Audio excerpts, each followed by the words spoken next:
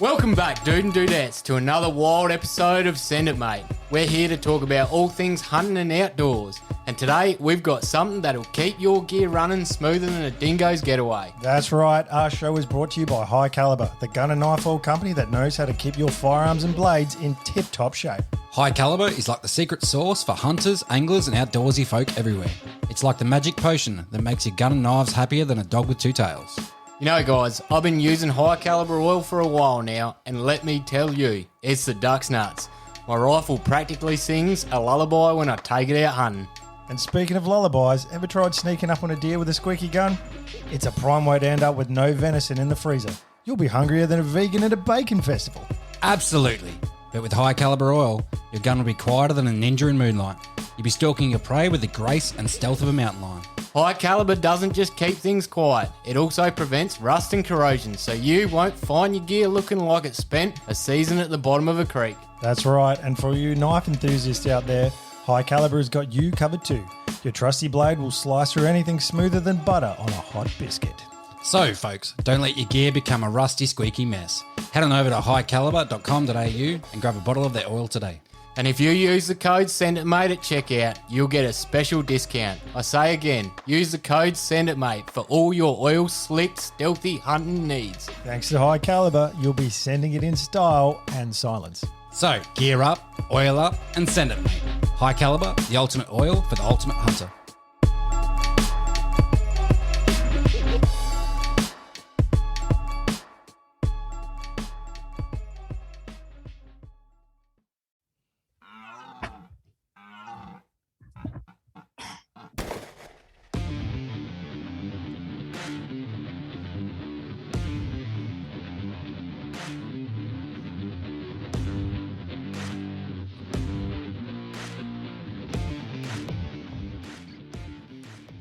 Welcome. What's up? Send It Mate podcast. Yeah. I'm Caleb. I'm Ryan. And I'm Josh. And this week we've got a special guest with us via Zoom, Jason Spencer from Hunt Catch Cook. Welcome, Jason. G'day, Jace. What's going on? G'day, boys. How are you? Thank Oh, you very much for yeah. having me on. Absolute legends. Our Can't pleasure, wait. man. Let's. Hope you're hungry. Oh, fucking oath. I'm always hungry. Probably going Have to you be seen the starving. size of me? I got a high calorie feed.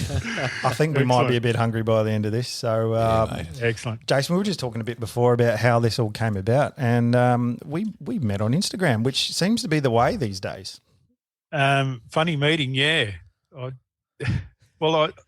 Thanks for subscribing to my porn channel. That was great. That was really fucking good. Hey, mate, we like to dive out into all the diverse ranges of porn channels out there. No, Yours no. was the most fucked up one, and we couldn't resist. It was a good. Well, it was a meeting for sure, and I like what you do, and I happened to have a look at what you do, and it was more of the real meeting was the other day when I got you on. I think it was a video call, and we had a good laugh. And Was that a drunk dial? yeah, it wasn't. It wasn't a drunk dial. It was actually a mistake on my behalf. Like being. What does my son call me? A fucking boomer. I hit the wrong button, and oh fuck! Look, somebody's looking at me. Oh, I'll give you a grand tour and tell you what I'm all about.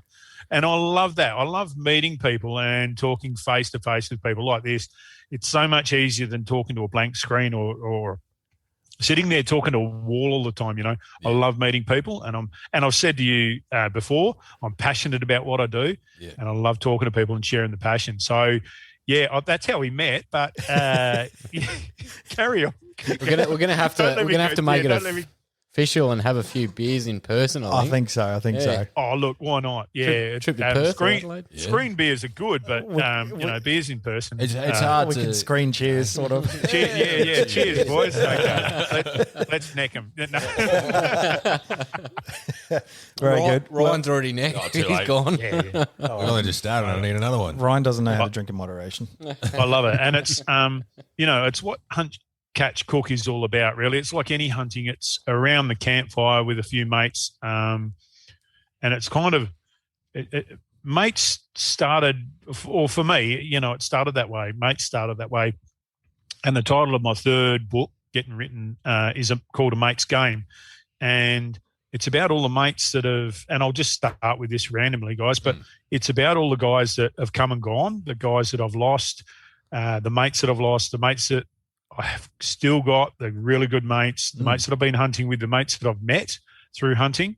And it's just about, and you can relate to this, everyone can relate to, you go on a hunting trip. It's a good hunting trip by yourself, but it's fucking really good with your mates. Oh, shit, yeah. 100%. You know what I mean? And it's good to sit down at the end of the day around a fire and talk about, oh, mate, and that's the first word that comes out, oh, mate. Yeah. So it's mate's game. Is that what it's called? Yeah, it's going to be titled, it's titled A Mate's Game. I've done the cover shot for it. Brilliant. When's that coming out? As soon as I get finished with this podcast, I'll write another. No,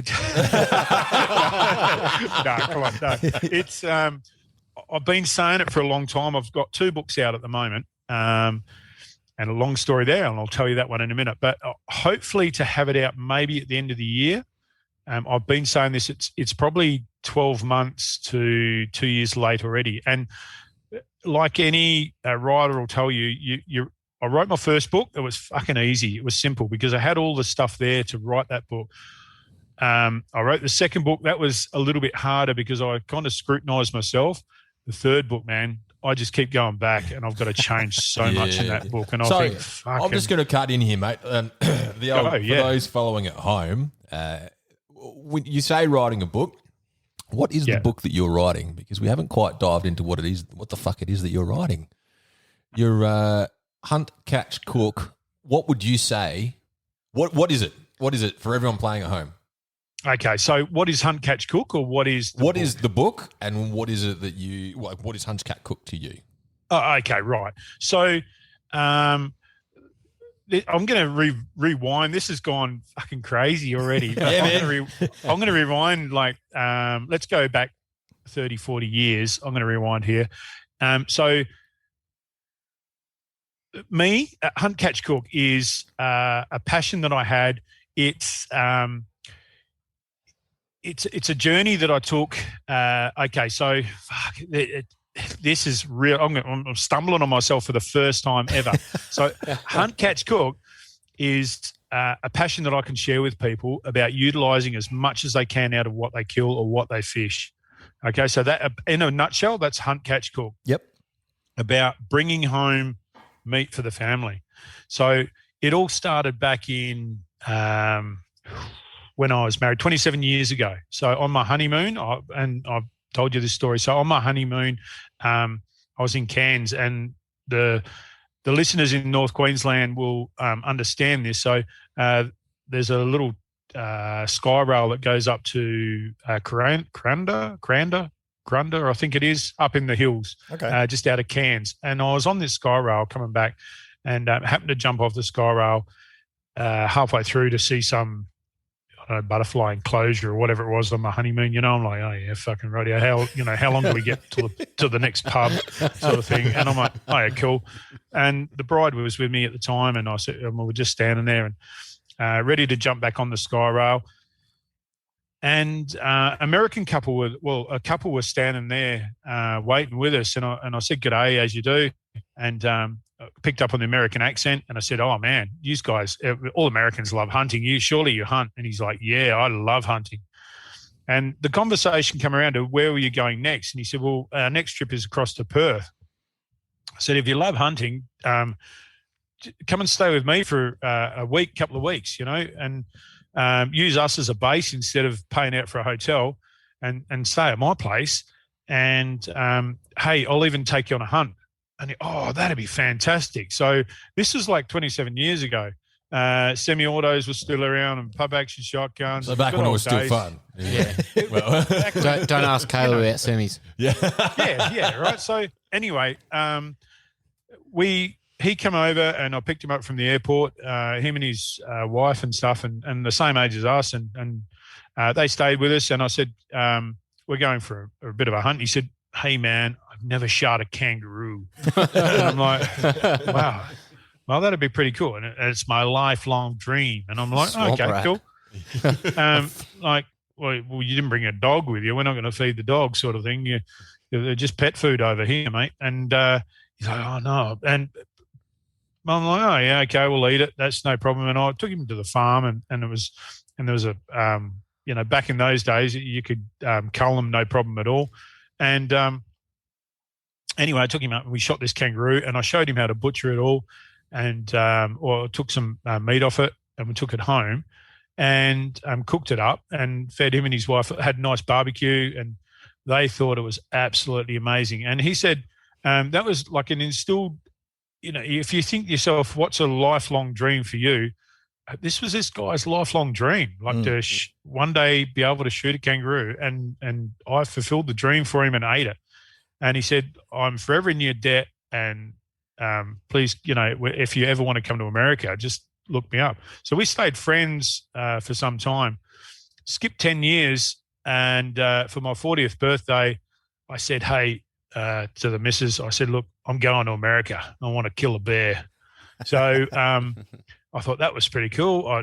Something I've always wanted to do. And we've been talking, for some time, myself and my mate in America and that. And he said, bear hunt. I'm off to bear hunting, and there was moose and all sorts of stuff that he did. And I'm like, yeah, cool. All right. So I went over there and I actually shot this bear. But when I was over there, he had a wild game dinner in a big pavilion at his house for the local church, and raised money for the youth group. And the Aussie was over there, and I took some kangaroo over there with me.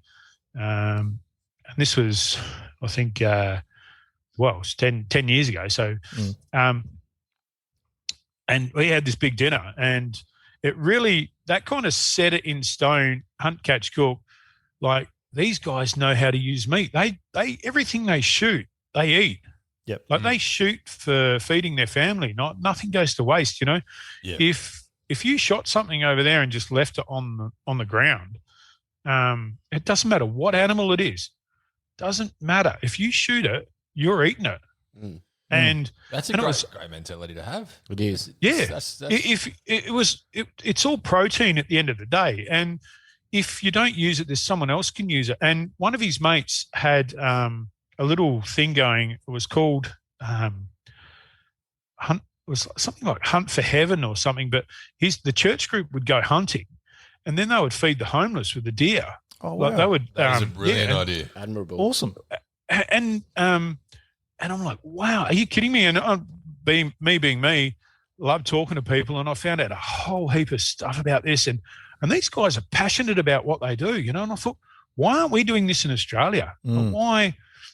Anyway, skip a few more years, and I come back to Australia, and I'm a boilermaker welder by trade. So I was on a remote mine site in the middle of nowhere, and got rained off one night, and I was sitting in a sea container, and pen and paper for notes and stuff, had a little headlamp, and I thought, you know what? Why don't I show people what I do, and maybe that will catch on. Maybe I can inspire people to do what I've learned to do or what I've been shown to do. And this was a normal thing for me, like to go and hunt something, even a kangaroo or a pig or a rabbit or whatever, ducks back in the day. If I wanted to do that, then I already knew my father had shown me how to butcher it, and my mum had shown me how to cook it. Because that we did that. That's what we did, and I saw it in America, and it just but you don't think anything of it in Australia. But when I saw it in America, it sunk in, and I thought maybe if I start writing recipes out, and if people want recipes on how to cook things or how to do stuff, and I could. And I just thought it was back to basics then, and it'd help me keep me out the boozer as well. Being on a mine site, there's only 3 things you do: you eat, you sleep, and you drink. Well, and apparently you go to work. But so I thought, well, we'll have a crack at that. So I started writing some recipes down, and it took off. And there's a whole, as it is, there were some guys from, I think it's called Wild Boar Australia or Pig Hunting Australia or something. Yeah, something like that. They reached out and said, hey, we're making another DVD, and we found you on social media. Do you want to cook for us? And I'm like, yeah, cool. That's great. We'll come to Perth, and we'll take you hunting, and then we'll film you, and you can cook for us. I'm like, yeah, all right, no worries. So they came over and they filmed me, and that was pretty cool. And I didn't know any of this, but when they edited the DVD and they sent me a whole heap of the DVDs over, and I'm like, oh yeah, I'll give it to my mates and that on Facebook. That'd be really cool. I'm famous, I was just fucking around. I'm like, oh, yeah, whatever. And they give us this DVD, and on the DVD's like, and hunt, catch, cook, and here's Jason, and be looking out for his book. And we're like, I haven't fucking got a book. Like,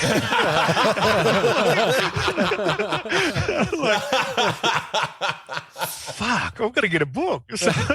So back to camp every night I went. I was still working in mines and that, and back to camp I went and just started, instead of I had all the stuff anyway, the recipes I'd share with people online, and I just thought, hey, I'll just put it in a book form, and then I've got a publisher, and I made a book, and I thought that was pretty cool. That wasn't that. Is that hard, something you thought you'd end up doing? No, my teacher actually gave me an F and said I was a thick cunt. And she said, I've seen your name in a bakery before in the bread section. And I said, oh, really? Was it Jason on the bread? She knows, thick cut. And I'm like, no. So, yeah, the teacher said I couldn't spell. And, I was thick as shit. And anyway, I thought, but I've always wanted to write a book just to show her wrong. And I suppose against everyone's liking, I wrote a book. And a lot of people said, mate, what the fuck are you writing a book for? Why don't you write an ebook? You're never going to make any money off a book. What are you writing a book for? Even my missus at the time said, what the fuck are you doing? No one's going to buy a book. So do you know how many copies you've sold? Oh, thousands, man. Yeah, just, I can't, I reckon, I don't know, at a guess, it'd be in between 10,000 copies of my first book. Yeah, nice. And my second book, it'd have to be more than that, because I've done so many shows now and my books just sell. Like, it's good to have a recipe. It's even better to have it in your hand and you can unfold it. Sure. It's cool to have it on a tablet in the kitchen, and the fucking power, it keeps going off all the time, and you got to hit it, and you got flour and shit all over your hands. 100%. It's good to have a book up there. And even take a photo of the book, take it shopping, take a photo of the recipe. I do that. People say to me all the time, have you got a recipe for such and such? And I'll just take a photo and send it to them, off my book. Oh, brilliant. And I said, if you want more recipes, just buy the book. So, so it's, in that sense, that was good. So back to the story, I had to write a book. Yep. So I wrote this book and I published it, and I thought, what the fuck? How the fuck am I going to sell? And first up, I bought like 1,000 books, like, how the fuck am I going to? I was on Facebook, hey guys, I've written a book. I'll give you a free book if you share this post, fucking whatever. Let's have a competition. You can give a book away, blah, blah. And like, how do you sell a book on hunting, And I'm like, I don't know. Then I was looking on Facebook, and Sporting Shooters, the SSAA, and hats off to them. They were coming to town. They were coming to Perth with the SHOT Show, and it was a new thing, really. It was kind of, it was their first SHOT Show in Perth. And I thought, imagine me selling me book in the SHOT Show. So I rang the event organizer and I said, hey, mate, I'm from Hunt, Catch, Cook. He's like, oh, yeah, cool. I said, how much is a booth? And I'm like, and he's got, he said, it's like, $1,500 or something like stupid, And I'm like, wow, okay. What if I cooked on stage for you? Can you, can you let me cook on stage and I can promote my book? He said, oh, mate, I'll give you a booth. You can have the booth. And you cook on stage 3 times. And I've never been on stage at that time. And I'm like, yeah, cool. No worries, mate. Do it all the time. I do it all the time, mate. We'll cook on stage. So brilliant. Got all my mates down there. Run the booth. And surprising, it went really well. Like, I had cameras on me and everything.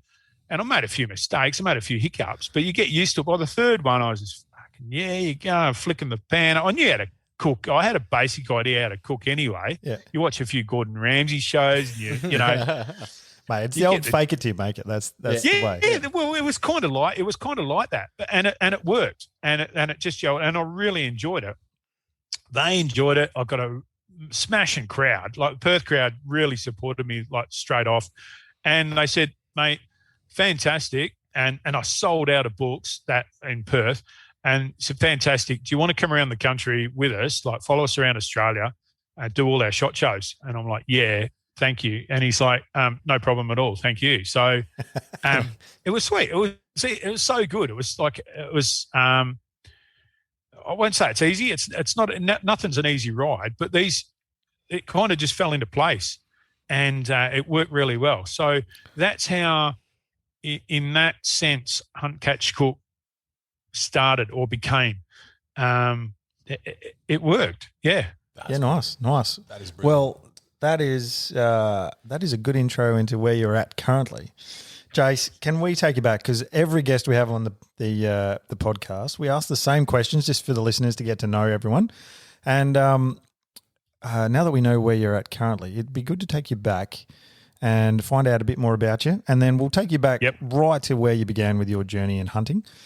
So let's fire these away.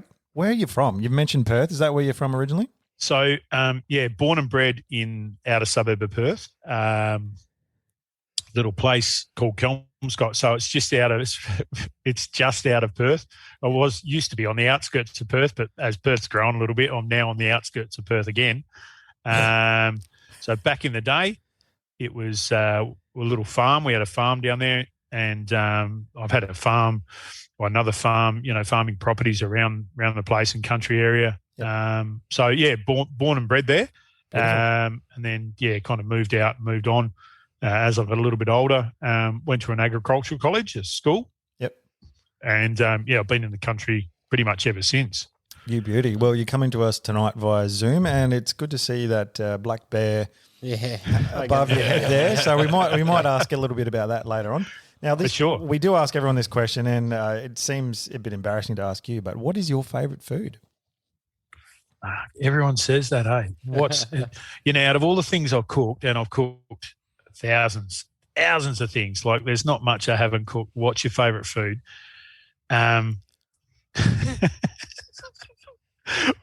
I don't know. No, is it something just like out of the fucking... No, it's simple like Yorkshire pudding. Yeah. No, is it something Mama cooked at home back in the day? No, just meat pie. Yeah. No, we did see that you got a solid supply of meat pie in your freezer. When you took the tour the other day. That's right. You've got to keep a couple of dirty pies in there for a big night. So, that's it, mate. Mate, I'm so drunk. The microwave a pie and burn your face. Yeah. So, it's...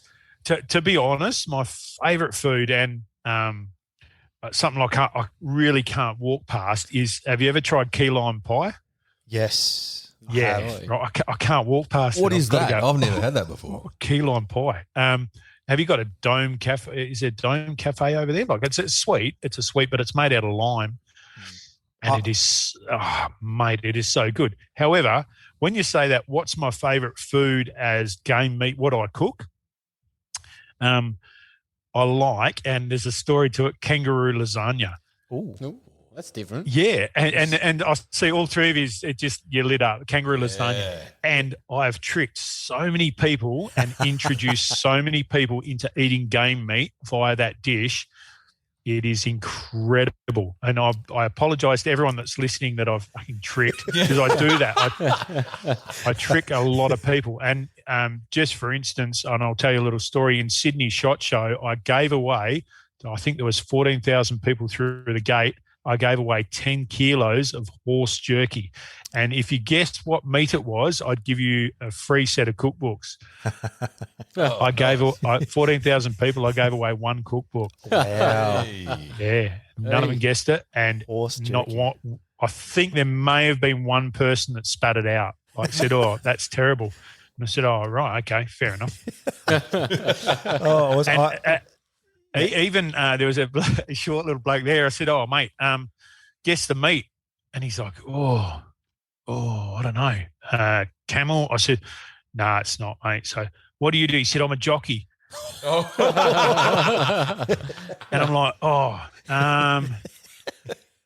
you'd be fairly familiar with it.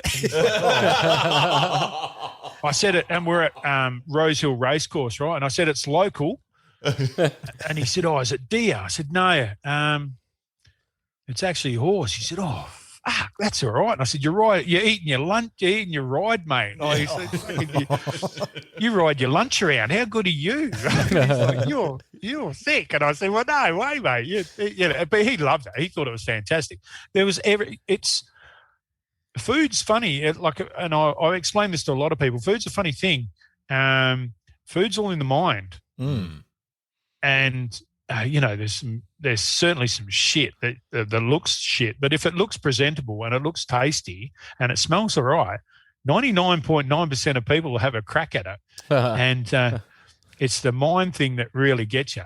Oh, 100%. I've actually told a story on the podcast. We're towards the end of a hunt, and we normally have a big cook up, a big stew or something, just use up everything that we've got left over.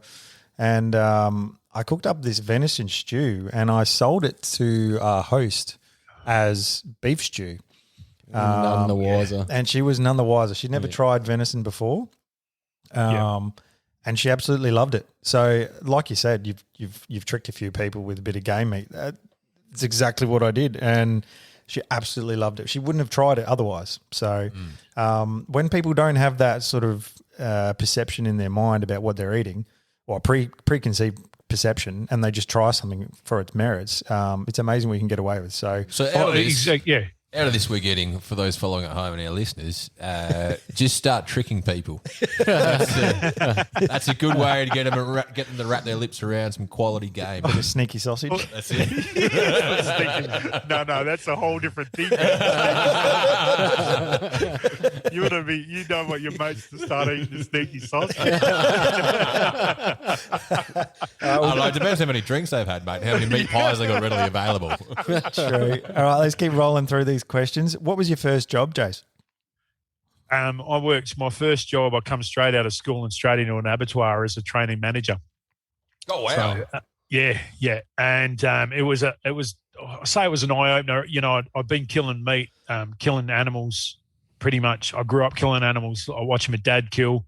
There's a lot of people. I can't watch that. Or I can't do that. Or you get sick. I'm like straight in there. Yeah, no dramas. And to be training manager, the boss at the time, and he's dead now, but he said, mate, to be a good manager, you need to be able to do every job on that floor, if not as good, but better than everyone. Mm. And he threw me in the deep end in a lot of things. And he was such a nice guy, man, such a nice guy. And I didn't realize he was such a nice guy until probably times like this, or times, when you're much older and you think, it's hard to say, well, your first boss, there's a lot of people that say, my first job, my boss was a fucking arsehole because I was a young bloke and he just treated me like shit. This guy actually had a lot of respect for the young people and said, you've got to work hard. But you've got to, if you don't work hard and you don't show the other guys that you're working hard, you're just going to get treated like shit. And he said, I'll give you so many opportunities. And he did. He gave me so much opportunity as a young bloke. He said, get in there, start killing animals and start learning how to do it. And I learned knife sharpening, and I learned, the finer parts of animals. And when I do live videos on field dressing and stuff and, cutting up pigs and bits and pieces, it kind of relates back to, I learned that as a young bloke, and it's good. It works well. Oh, it's You good, beauty. mate. You beauty. All right. If you could trade places with anyone in the world, who would that be, Jace? Yeah. We get some interesting answers on that one. Fucking ripper. Yeah. What's that porn star's name? Ron Jeremy. That's who you're thinking about. Yeah. How many times Speaking has of that come sneaky up? No, I willies, fuck. I'd love to have a crack at at a chef at quite a good say, somebody like Gordon Ramsay or something like that, or I'd love to. I'd love to. Yeah, fair enough. That's pretty self-explanatory, I reckon. You've done no formal like cooking training, like culinary. I haven't got a formal. I haven't got a formal cooking. So it's all self-taught. Yes, it is. But my mother taught. Well, say my mother. I learned a lot off mum just by walking past mum, and just talking to mum in the older days. Both of my parents are dead at the moment. Well, at the moment, they're not coming back. But, so both parents are passed. But growing up, I kind of, walking through the kitchen and that, and I always ask questions, and I was always talking as a kid, and you learn little bits and pieces like that, and I've always been interested because Mum was a fucking good cook, man. I didn't get this fat from her not being a good cook, and you tend to stop and you ask questions, or how does this get done and how does that get done, and then later on down the track, my first mining job, my mate is a chef, and he said, "Oh, come up onto the mines, we'll get you in as a kitchen hand." So I actually learned the finer parts, but the little bits and pieces in a kitchen, being a kitchen hand for a few years, and then I got out of it. And I've had little part-time jobs as kitchen hands and stuff around, because I enjoy food. So, around Perth and stuff, I had little part-time jobs as kitchen hands and stuff, but nothing formal, no formal training on how to cook. It's all self-taught, yeah. Yeah, nice. Well, it's pretty clear if you've got a passion with something that you can explore that to the extent you have, which is awesome. Yeah. All right, next question. Do you have children? Yeah, I've got 2 kids, little fuckers. I have my daughter's 16. Yeah. Sorry, my daughter is 17. See, I forgot. They're going to kick my ass for this. My daughter's 17 and my son is 18. Oh, beautiful. Funny story, my second book. I wrote my first book, and I dedicated my first book in the front. I think you open it, you see my dad. He's my dad's holding some crabs up, because my dad was a good fisherman, right? So he loved he just loved hunting and fishing as well, and he taught us a lot as a kid. So I dedicated the first book to Dad, and I walked through the door. Hey kids, look at my first book. And how's this for a fucking letdown? Look at my first book, guys. They're like, we're not even in it. Fuck ya. Fucking self-entitled fucking kids. Yeah. It's kids' rage, right? You fucking hate us or what? And I'm like, no, it's not. Well, where are you? You didn't even mention us. And I'm like, for fuck's sake. I'll write another book and I'll put you on the fucking front cover then. I said, I bet you wouldn't. So my second book has my kids on the front cover walking towards the camera, and then on the back cover they're walking away from the camera. And it's my second book is for kids, like it's based on kids' menus and what you can cook for kids. So it's called Passing Down Tradition, my second book. And it just, little fucks, I always think of him, I think, you little bastards, you got me so good. Like I just come home and like, fuck, now I've got to write another book. Shit. Oh, so it's like really, so both books are off the back of other people telling you got to fucking do it. Yeah.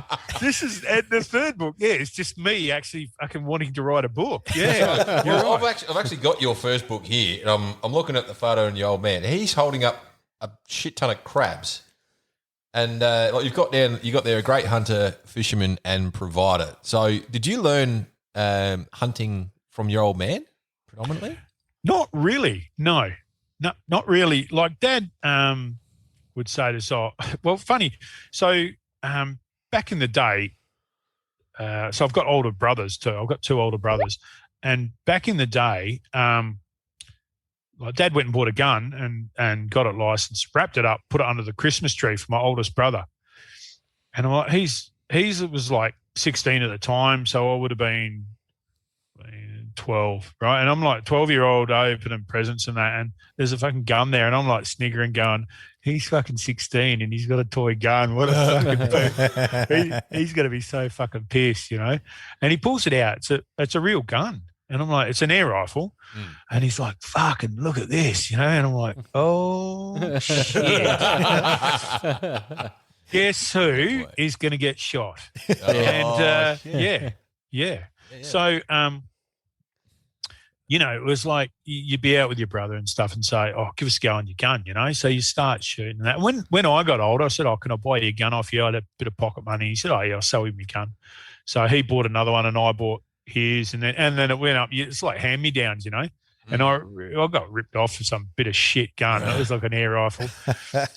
But you get to the point, and then you go, but Dad always let us, would take us out. Come on, let's go and look for some rabbits or something. Or, that was kind of an introduction when I was younger. When I got to 16 and 17 and went away from school, went to agricultural college, you can understand as 16, 17-year-old boys, and you'd understand yourself. It's so competitive. Mm-hmm. And, guys say, "Hey, come on, let's go catch some rabbits." You're like, "Fucking yeah," or "Let's go marining," or let's grab some fishing rods, see if we can go and catch a fish or something. You're like, "Fucking yeah, I'm going to do better than you bastards," and it's really competitive and diving, and fucking trapping. We were trapping rabbits. We bought ferrets. So we bought these ferrets down to school.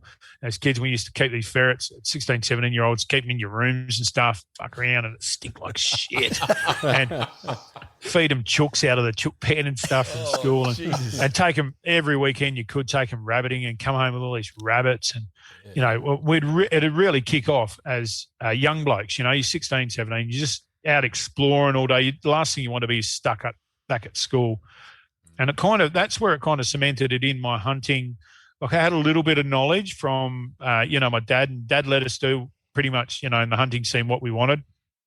Firing guns and gun safety and stuff came from Dad and probably my older brother as well. But it really, my passion or my drive for it, not necessarily my passion, but my drive for it came from school and the competitiveness of young blokes. Young guys just say, "Fucking you're shit," And you're like, "You're chicken shit. You won't do it." Yeah, get out of the fucking way. Give me a go. So yeah, you're into it. Yeah, that's good. So that's where it came from. Oh, perfect. Well, that's covered off one of our questions. What was your first rifle? I'm going to elaborate on that just quickly. What rifle do you go to now? What's your go-to rifle? So my go-to rifle is I'm one of these guys that you look at my gun safe and there's a shit ton of guns in there, but you're like, there's nothing really expensive in here, is there? Oh yeah, it sounds like my gun safe, mate. Yeah, that's all right. Yeah. Because I'm of the belief it takes one bullet to kill something, and that's it. And there's no need putting fancy shit on guns because. So would you say that you don't need a semi-automatic? Touchy subject. Yeah, look, my first gun was a Winchester semi-automatic, and I think it was like they had the magazine under the barrel, and it was like a 15-shot semi-auto. Yeah, tube feed, lovely. Yeah, tube feed, that's right. And it got to a point where I actually had to take it back to the gun shop to get them to clean it. They've never seen a gun that dirty. It's just fucking disgusting. However, saying that, after that, when I got older, I had the pump action, the Defender, and then the 1022, the Ruger. Before I had to hand them in. Geez, no fancy guns. They sound all right. They were okay. They were all right, but those were like the standard guns of the days, though, weren't they? Yeah, they were. They were nothing special. Yeah. They were just standard. They were standard firearms. It's not like you had, and they're wooden stocks and shit. But now people want to do this, and they've just paid fucking some amazing amount of money for a pop out fucking stock or something that folds out. Folding stock. We have someone right here sitting next to us that folds into a fucking Josh likes to splash fucking the cat. camp table. One of those fucking things you pull. Josh, it's like a Josh, have you ever Jenga puzzle, mate? Oh, it fucking is. Has that folding stock ever been of any use to you? Yeah, fucking oath, man. When you can't fit it in your car, you fold it. So you bought a case that was too small, and you bought a folding stock. You fucked yourself twice, and then it turns into a fucking table, so I can cook shit on. Look at this massive gun. This massive gun's not going to fit in my fucking safe. I know. I'll put the stock down, eh? Do you know what I need? I need a smaller case. That's what I need. Yeah. I'll just fold it down. Fuck. Oh, dude. So what is the next question there, Caleb? So hold on. Sorry. First one. My my go-to gun, my go-to firearm is a Weatherby 223. A Weatherby, really? Yeah, 223. Vanguard. With a Vanguard with a Nico Sterling scope on it, and it loves 55 grains. It loves getting thrown around. It's a gun for hunting. Yeah. And if I wouldn't be bullshitting if I said most of my kill shots are within 30 meters. Wow. I hunt. Yeah. I don't. I bought. You're good on the I store. bought actually, I didn't buy it. I did kind of buy it, but my sponsors gave me a 300 Win Mag. Mm. Yeah. And I don't know that I can brag about it, but it hasn't had that many shots through it. And I keep going back to my sponsors going, oh, look, let's put a muzzle brake on it. And I'll probably go and get a fucking folding stock put on it, but it's never going to work. And then presto, you got yourself a cooking table. Yeah. I'm probably going to get a microwave on top. Yeah. Look, I got to rate the 223, and that's a nice rifle, the Weatherby Vanguard. Very nice. Very nice. It shoots. Mm-hmm. It does everything I want, and it shoots on the money every time. And I've surprised the fuck out of a lot of people with that gun. They're like, "Fuck, you can shoot." And I back myself. I'm not pissing on my own back, telling you it's raining. I'm actually going to say I back myself when it comes to shooting. I hit most things. Yeah. Sure, I miss. Like everyone misses, but I've practiced enough to not miss. And the 223 is just grab it and shoot it, and it's dead. Let's get to cutting it up and eating it, and that's just what that's kind of what I've got into. And these days somebody says, you want to come shoot? And I reach into that gun case, gun cabinet full of guns and go, just take the 223. She'll be right. And let's face it though, the best part of hunting is the eating of the game that you kill. That's your reward. Well, it's the trophy for me. That's a really good way of looking at it. Actually, the meat is the trophy. The meat is the trophy. Yeah. Well, for me, the hunt doesn't stop when you pull the trigger. The hunt begins when you pull the trigger. That's the hardest part. Like it's, there's so much more to hunting than just going out and shooting something. The hardest part is, and I'm surprising. Like a lot of people learn how to shoot and shoot straight, and a lot of people spend so much time and money and effort into getting good scopes and getting bullets and reloading and all the shit. Not many people spend time in getting good knives, getting ground sheets, getting gloves, getting a good gamble, getting all the stuff to take the meat home. Mm-hmm. For those playing at home, what's a gamble? Gramble. Sorry, Gramble. It's pronounced gamble. Aha! Is there an R in it? How do you spell it? Josh is the dyslexic one of the three of us. So no, so here in SA we pronounce it Gramble. You pronounce it Gramble. No, everyone I know pronounce it Gramble. It's Gambrel. Gambrel. Gambrel. Yeah, but I think they pronounce it Gamble. Gamble. Oh, there you go. Yeah. Anyway, you can pronounce it however you like, but what is it? Is the main thing. So it goes. It's a little hook that goes in between the animal's legs to obviously keep the legs up, but to help hook it up into the to wherever you're going to hold it. And I've developed another mine site invention, as you do, in the middle of nowhere. Thinking, fuck, I could really do something I'll make something to hold these pigs up, because I was kind of getting a lot of pigs at the time. So I developed this little stainless steel gamble that folds up and goes into my knife pouch, and you can actually hook it up. And it goes into into the tendons, behind the tendons and the foot bone, the shin bone, and it's really, really cool. And it spreads out. It's fully adjustable, 316 stainless steel, a little wing nut on it, and it folds back down and goes into your knife pouch. Throw your knife pouch under the seat or in your backpack with your knives, your boning, your skinning knife, your 7-inch little steel for sharpening the knives. So, and it works perfect. And I've sold a shit ton of them, mate. It's one of those things that you just kind of an idea you come up with, like the old Hills Hoist, the idea you come up with, and it just took off. And, so sorry, you said this is a product that you sell. Where would people be able to buy this product? So I run obviously on my Facebook page, I've got an online shop. My online shop goes straight to my webpage. I've got a ton of information. When I first started out, I started a webpage, and I started putting recipes on there and little tips and tricks, and then I put an online shop on my webpage, so they can go to my webpage, www.huntcatchcook, and buy my books, buy my merchandise. I sell knives and gambles and skinning and boning knives and all that sort of little bits and pieces that just kind of roll with me. I've taken some things off and I put some things on, and I've got nude women on there with their asses hanging out. Is that a subscription thing, or is it like a... No. It's a marketing tool. Exactly right. That's a marketing point. Sex sells, boys. Yeah. Is this why Josh takes his shirt off every week? Or I think it might be, mate. The trouble is same sort of thing. It's like how you get guys. Yeah, that's right. You ripper. All right, let's get through the last of these questions.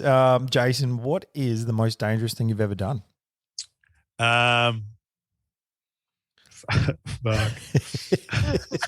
Really? Yeah. Are you fucking serious? Yeah, man. So, what is the most dangerous thing? Oh, okay. So, is this hunting wise or just in general? In general. Oh, mate, I'm going to get fucking crucified for this. We had one answer where a guy said that he tried giving his wife some tips on how to do something, and she just about killed him. He said that was the most dangerous thing he ever did. So it's open slather, mate.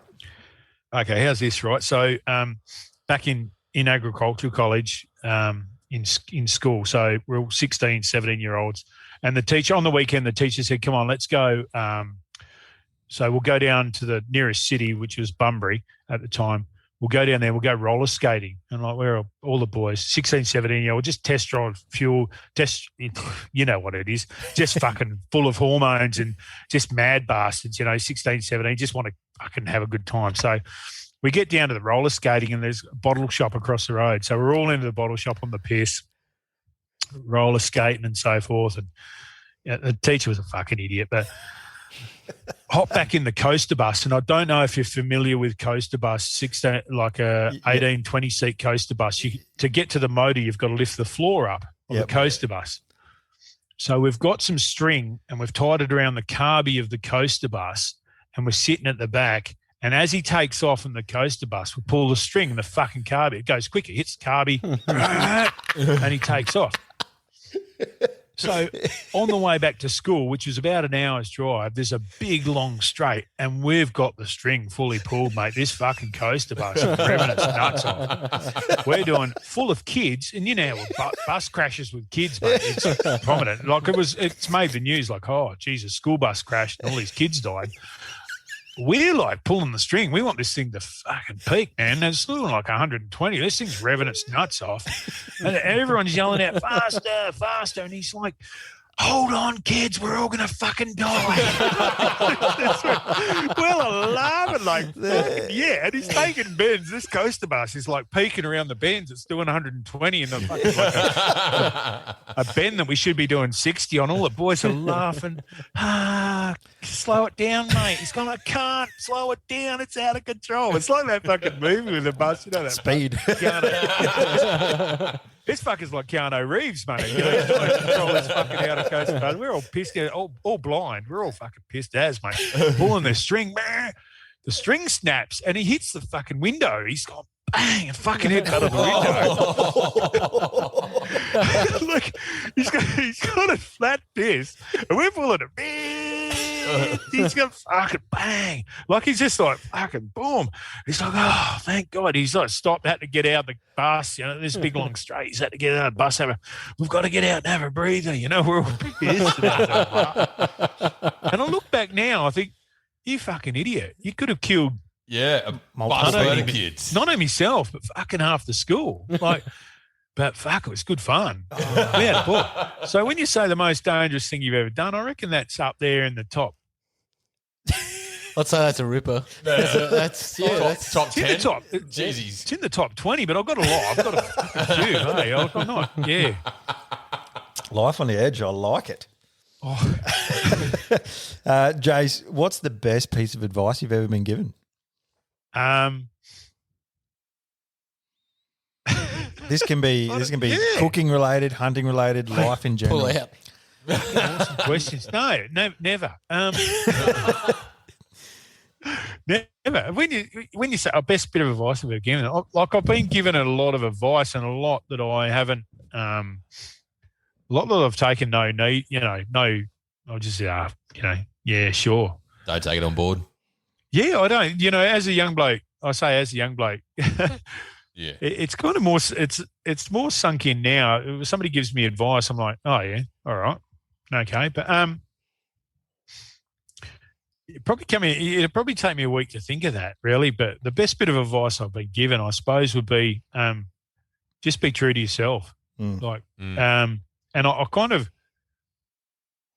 of relate to that when I'm cooking and when I'm like doing my hunt catch cook thing. I get a lot of people saying, "Oh, you probably bought that from the shop, or you fucking don't." How do you do that? How do you go hunting, and how do you? And I think there's probably people out there that question myself, but I know from deep inside, I know there's a lot of people that don't question because I have a shit ton of people around here. You've seen my freezer. Mm-hmm. I showed you my freezer. Yeah. I haven't been to a butcher shop for 10 years, and I'm true to that. I'm honest about that and what I cook. And if it not everything I do turns out really cool. Just last night, I burnt the fucking pizza. Although it's on my Facebook page, it's a little bit hard to see, but it's a little crispy on the outside. You're only human, mate. That's all that shows. It does, but it's still being true to yourself. Like I don't throw it in the bin and then quickly go and get another fucking pizza and take a photo of it. I'm one of those people that if it works, it works. If it doesn't, you're honest. Yeah, just own it. Yeah, own it. Exactly right, mate. Exactly right. I couldn't say it better. I own what I do. I own my shit. And I'm not perfect and I don't plan to be perfect and I don't it doesn't always work, but just be honest in what you do and be faithful and and just I love what I do. I really, really love what I do. And it kind of especially the hunting scene and if I can get people into it, if I can show people that it's a good thing, even one person, mate, if I can change them in their situation, what their perception about hunting, I've done my job. Well, I know I've done my job anyway. So, yeah, that's obviously, yeah. Do you get much advice. Do you get much backlash? Like you mentioned there that you get a bit of negative comments and stuff. Do you get that very often? Christmas Day, about I reckon it's probably 10 years ago, and it's Christmas Day. I was working out on a mine site.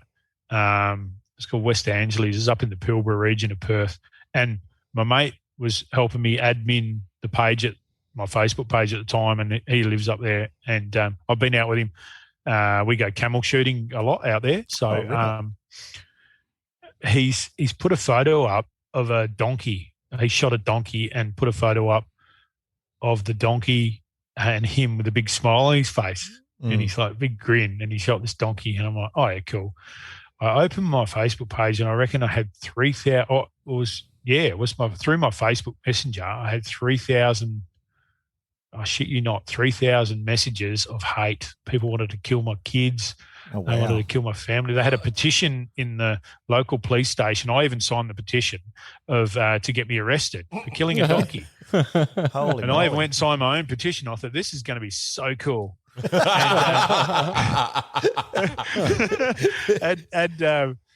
it was just people that aren't aware of the situation. They're not, the donkey's nice, and probably in Shrek, it's fucking really cool, that donkey. And I've watched Shrek a shitload of times. This is the fucking feral donkey in the middle of the Pilbara that's just fighting with, stock and somebody's livelihood and eating food that it's taken food off the plates of people. And so we shot it. We shot the donkey, and you're allowed to. You can do that, and they shoot them out of choppers and stuff. But we ate the donkey, unlike a lot of them that just get left in the sun to rot and feed dingoes. But it's quite funny. I just kind of opened my eyes. At the time, it opened my eyes to how many naive people are out there that have no idea what hunting's all about. So yeah, I certainly. As backlash comes, as it goes to backlash and people that don't like what I do, sure, there's a few, but if you want to protest, that's fine. Stop eating. Yeah, good point. And you don't stop eating for long. Having said that, it's a good way to get, I guess, people that aren't pro-hunting on side. I mean, you're showing them that you're not just a ruthless killer that goes out and shoots things and leave it. You're actually utilising it, and that is building education to these people that are ignorant. Yeah, I think it's you're right, and I agree, mate. It's all about education. Knowledge is power, and I say that to a lot of people. Even my gutting, I do like tutorials and skinning and gutting, even sausage making. I've done little chronicles via my Facebook page. I'm making sausages and stuff. Knowledge is power. If whether it be field dressing a pig, a lot of people in the wild pig situation don't eat them. And I know over your way that it's a little bit of a taboo situation to eat wild pigs. But if you have the knowledge on what to look for and a little bit of animal husbandry knowledge on what to look for when you're cutting it open, it's power. It's all power to you. And it's at the end of the day, it's protein on the table, whether it be a fish, whether it be a rabbit, whether it be a pig or a deer, or it's all protein. It's feeding the family. So in that sense, I try and educate people in that sense too. Sure, it's hunting as such. However, I'm using it's no different to fishing. It's no different. The only difference is I have complete control of where my food comes from, how it dies, how it gets cut up, and how it gets put on the table. That can only be a good thing. A lot of people don't have that. 100%. That, and you save a shit ton of money. No butchers for the last 10 years. Oh God!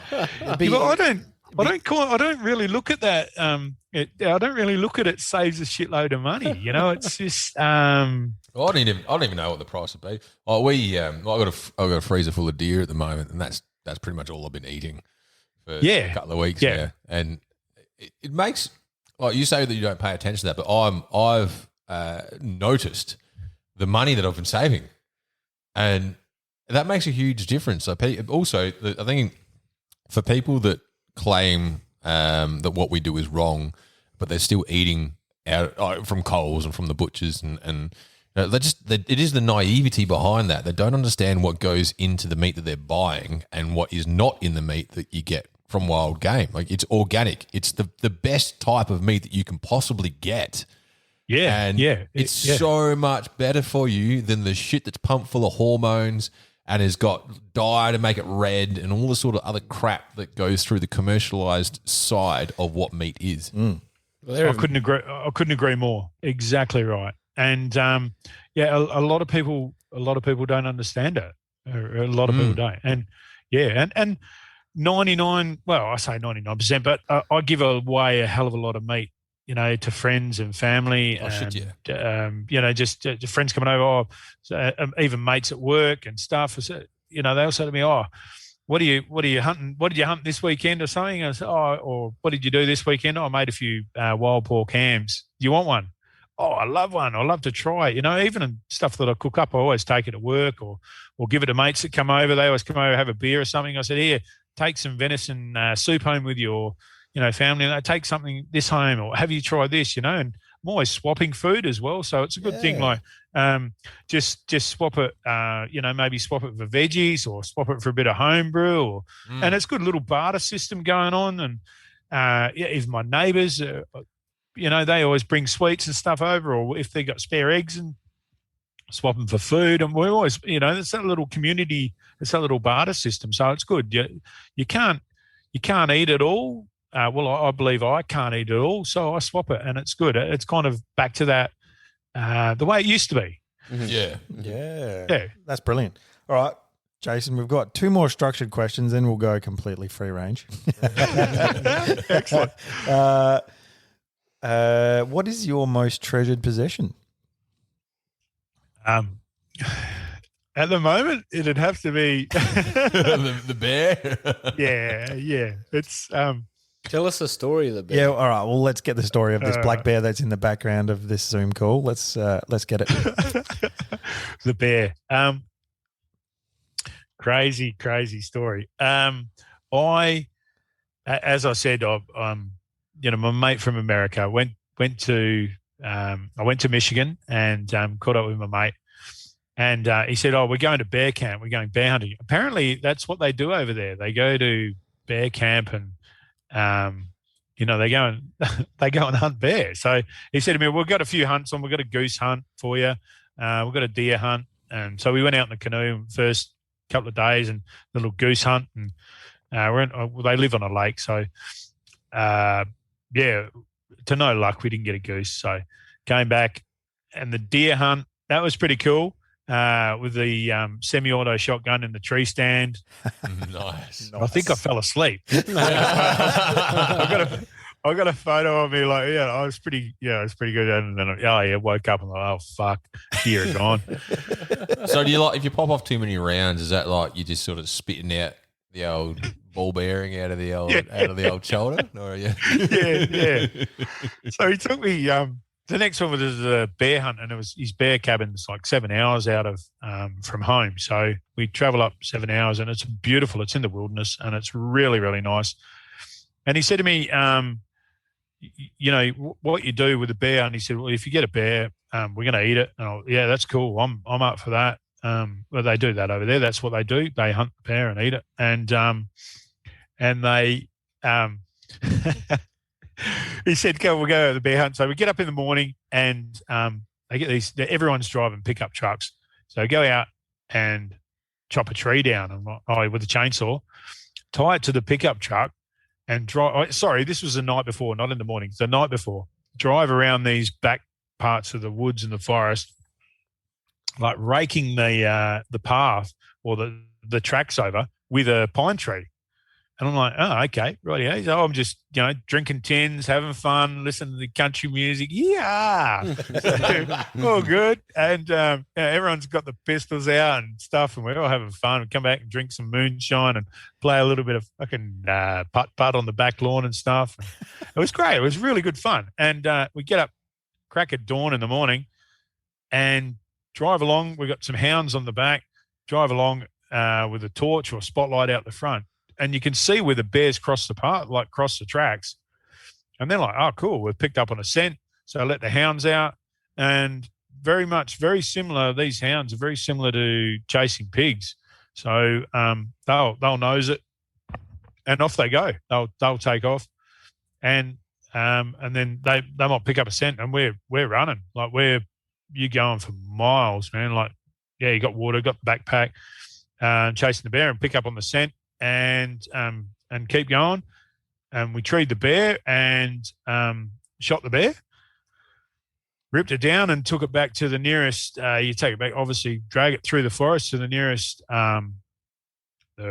road, I suppose, or nearest track, pick it up and then take it back to camp and skin it and gut it and take the skin off and start eating or cut it up anyway. And start whatever they do, bits. We had the tenderloins that night and we went through the bush. We found some morel mushrooms.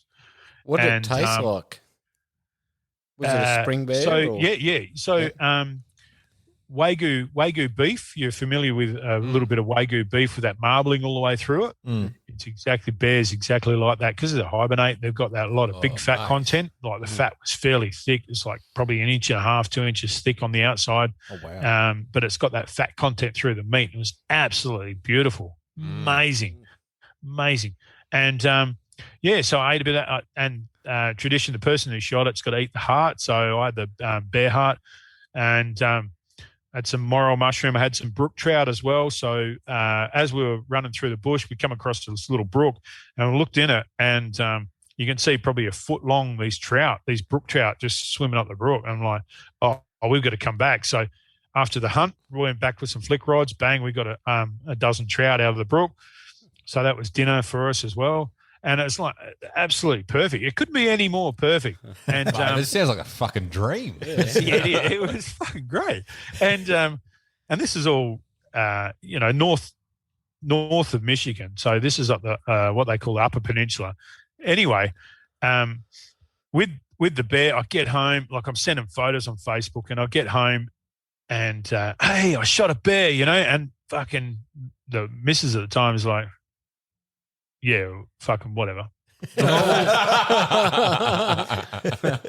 This fucking thing was, it was 300 kilos, fucking mad. It was, and she's like, yeah, I'll tell you what, that bear's not coming back here. I'm like, yeah, it is. Yeah, it is. If it comes into my house, I'm leaving. And all right, no worries. Okay, yeah. I'm like, okay, all right. Well, this is fair enough, I suppose. Well, she said, look, you're 40 years old. You've done what you wanted. You went out for a hunt. You've done it all. You shot the bear. And I'm like, yeah, I've done all that. Yep. And look, if you want to bring it back, nah, come on. You got to put an end to it. When's this going to fucking end, And I'm like, well, it's kind of a journey, and I wanted to finish the journey. So should never end, really, because now you've got a story to tell for the rest of your life. So it's never. Yeah, that's right. Yeah, and exactly right. And that's what I wanted, the story. So look, it didn't happen, and I'm like, but I paid when I was over there. He said, "What do you want to do with a bear?" I said, "I want it in a chest snout, and I want it to look angry and fucking claws out. It's got to be raw. It's got to have its mouth open and stuff. Fucking looks like that." Yeah. And here's the cash, He's like, "Yeah, fucking oath, beauty. All right, I'll yell out when it's ready." Okay. 6 months later, he messaged me, "It's ready," and I'm like, "Yeah, just keep it over there for a bit, I'm working something out." So anyway, this is a journey that has taken 10 years to get that. And as I said to you previously in the week, this has only pretty much just come over at the beginning of the year. Oh, wow. So as it was, the missus said, "Look, I just don't want the bear in the house. I just don't. I'm put up with everything else and all this shit that you're doing stuff." And like, this was a few years ago. This is like 5 years ago. And I'm like, yeah, okay, rightio. And, no, it was more than that. It was back then. And I said, yeah, no worries. But however, 5 years ago, I split up with the missus, and I'm like, oh, just so happens that I've got a bear that wants to shift in with me. How cool is this? So it never really eventuated until, COVID, and I had a bit of cash and stuff, and I thought, hell yeah, I'll get this bear over here. So I just rang my mate and said, hey, it's time. The bear's got to come home, man. He said, it's been 10 years, dude. Like you're punching 50 and you shot it when you were 40. And I'm like, yeah, fucking oath. The journey never ends. I never forgot about it. And he said, that's cool. So created it up and we got it over, and I've opened it and threw it on the wall. But it was one of those things of never give up, like never. And I instill this in my kids as well. Like, don't give up. Like, it's still a journey and it's still going to happen, and things might change and things might go around, but don't ever lose sight of the whole journey. Maybe it never would have turned up. Maybe if I was happily married again and it never turned up. As it was, that their ex-wife has walked into my house and said, that fucking bear looks pretty cool.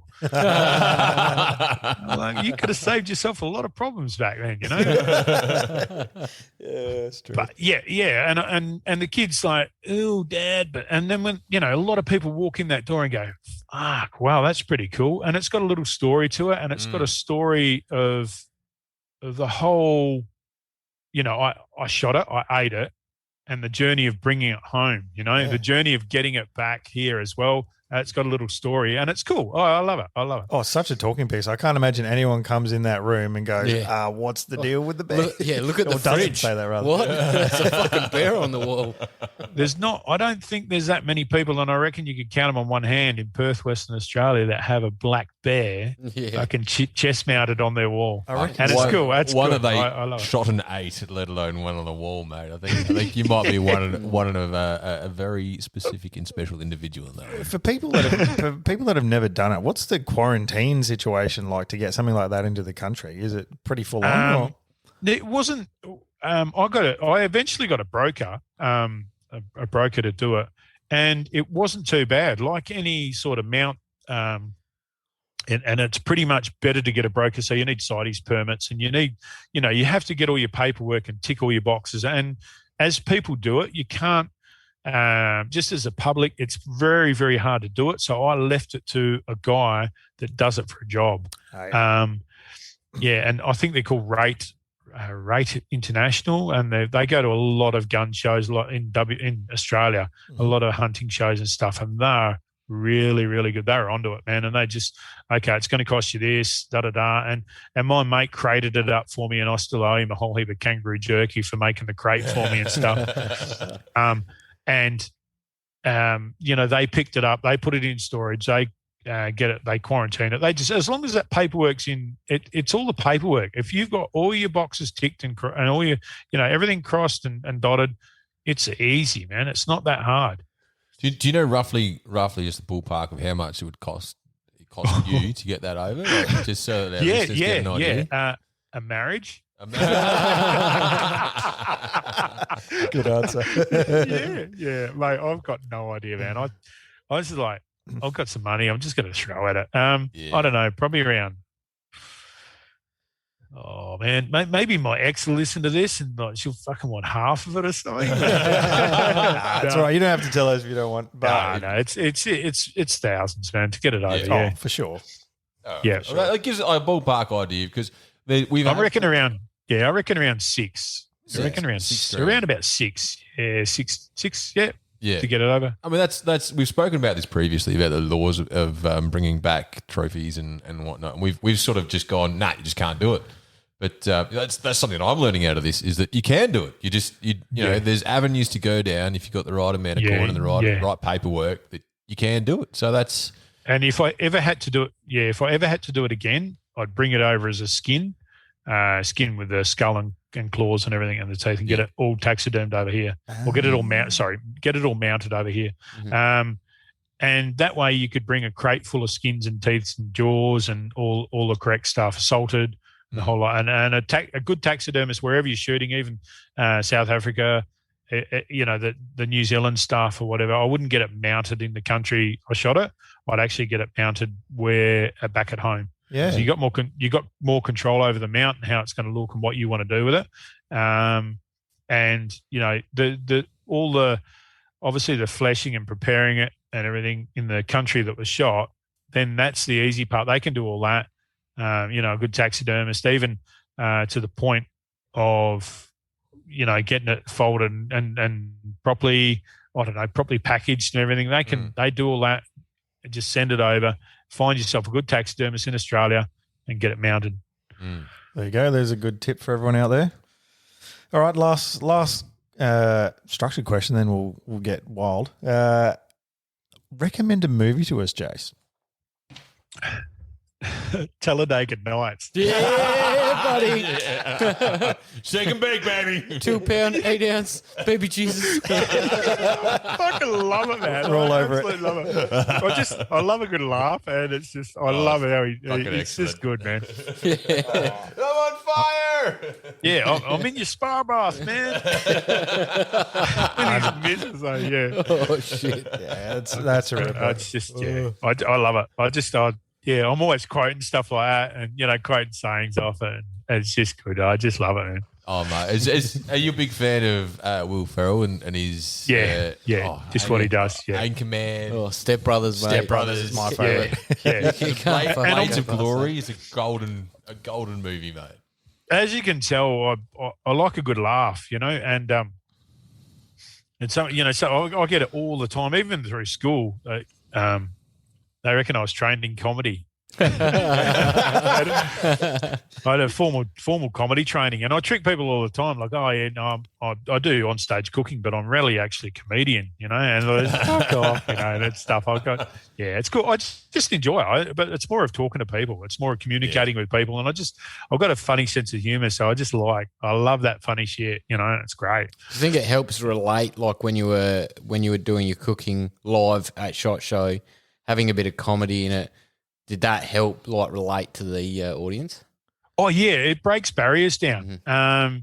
Yeah, and it's good if you can get the audience to have a little bit of a laugh. Yeah, they relax. They're not like and it helps me relax too. Like some funny shit going on. You just radio. This is what happened at home.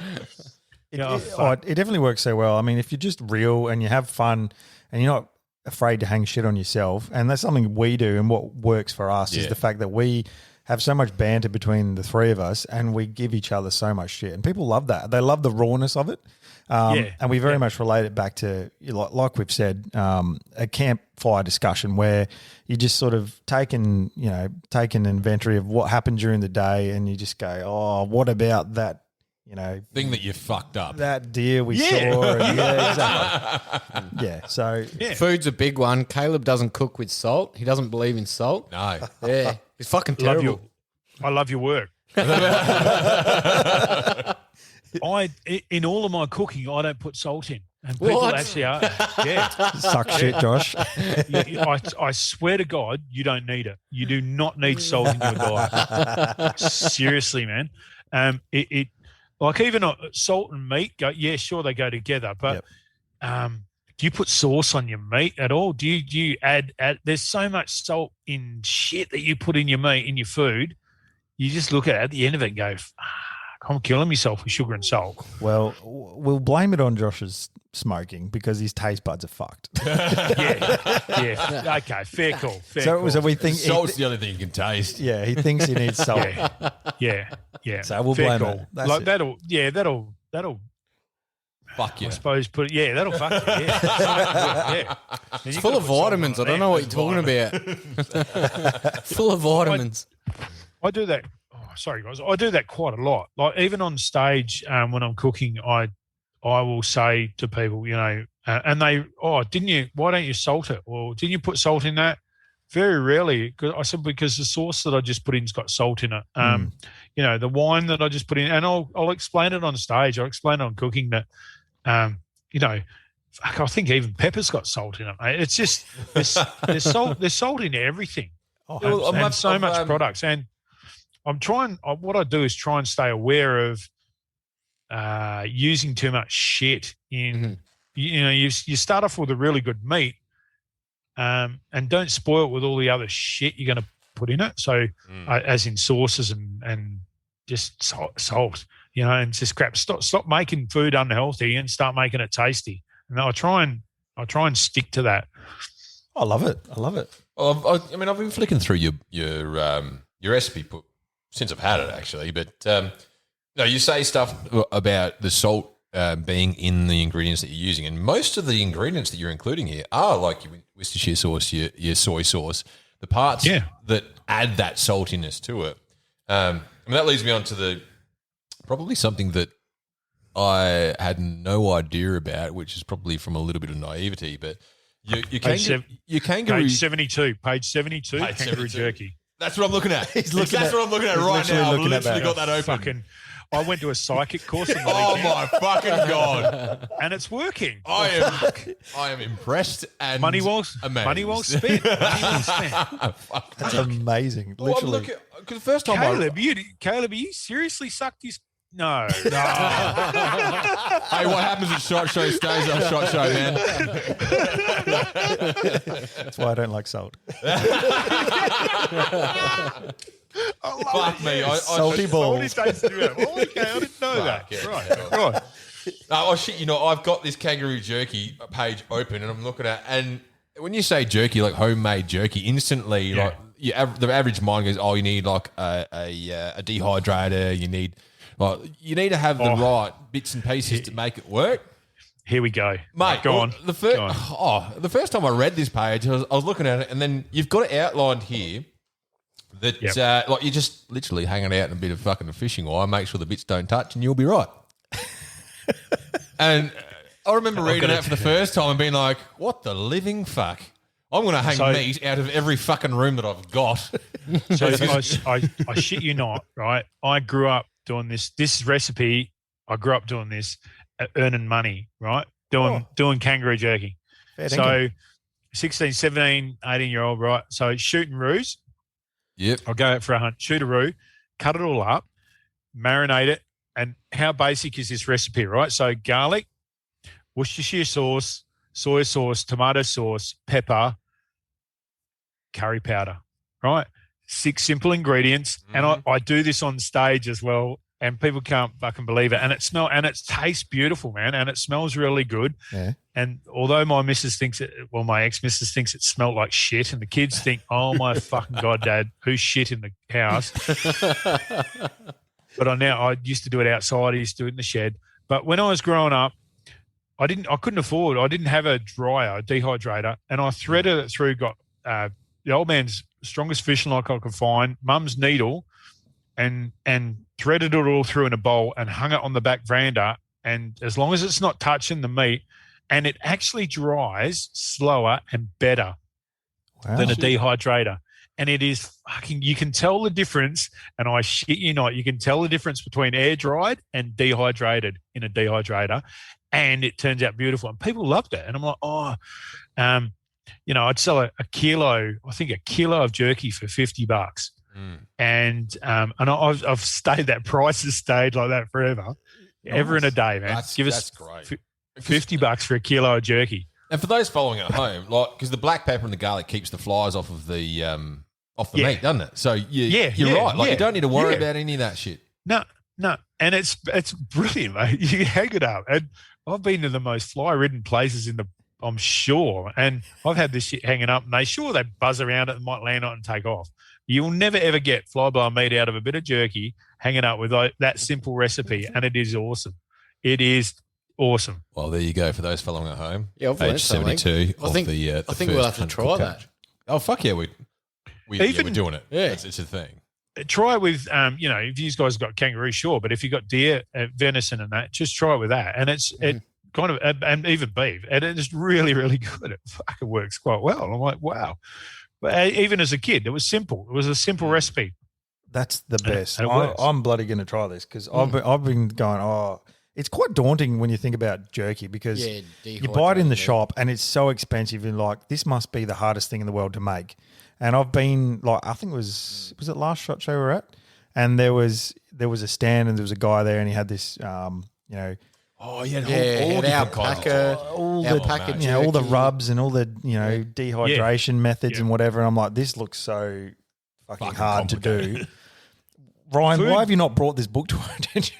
Food needs to be simple, and I've as I said, people have said to me, I put sugar in my jerky to make it sweet, and I said, well, have a look at mine. It's got tomato sauce in it. Do you know how much sugar's in tomato sauce? 100%. It's fucking crazy. Mate, like, look at the sugar content. Or, we need salt. I said, well, it's got soy sauce in it. Yeah. There's your salt. Well, that's what I love about your recipes, though. Like, your recipes are like a handful of ingredients, quite simple to do, but they taste fucking delicious. Cheers, mate. But when that was the intention of all my books. So it's got a lot of tablespoons and teaspoons and cups. So simple. Oh, yeah, that's about a cup. As long as I keep using that, that's a fucking cup. That'll be fine. Yep. And it's got a lot of tablespoons, and it's simple. Like half the shit you've got in your cupboard, and you don't have to cook something to make an ingredient, if you know what I mean. Like, you're going to make a fucking, I don't know, a special sauce to go on it. You've got to cook that, and then you've got to fucking heat it up, and you've got to add this and do. It's too hard. Who's going to do that? You've just come home from weekend hunting. Fuck that. Oh, mate. I mean, you got everything in your first book, from like a Thai green curry kangaroo tail soup to like a buffalo biltong. For those playing at home, a biltong is like a dried meat thing.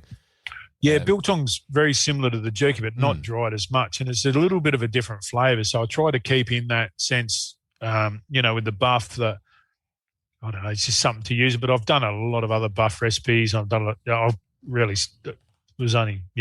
more of the camel and fucking donkey and other things now. So, yeah, all the good shit.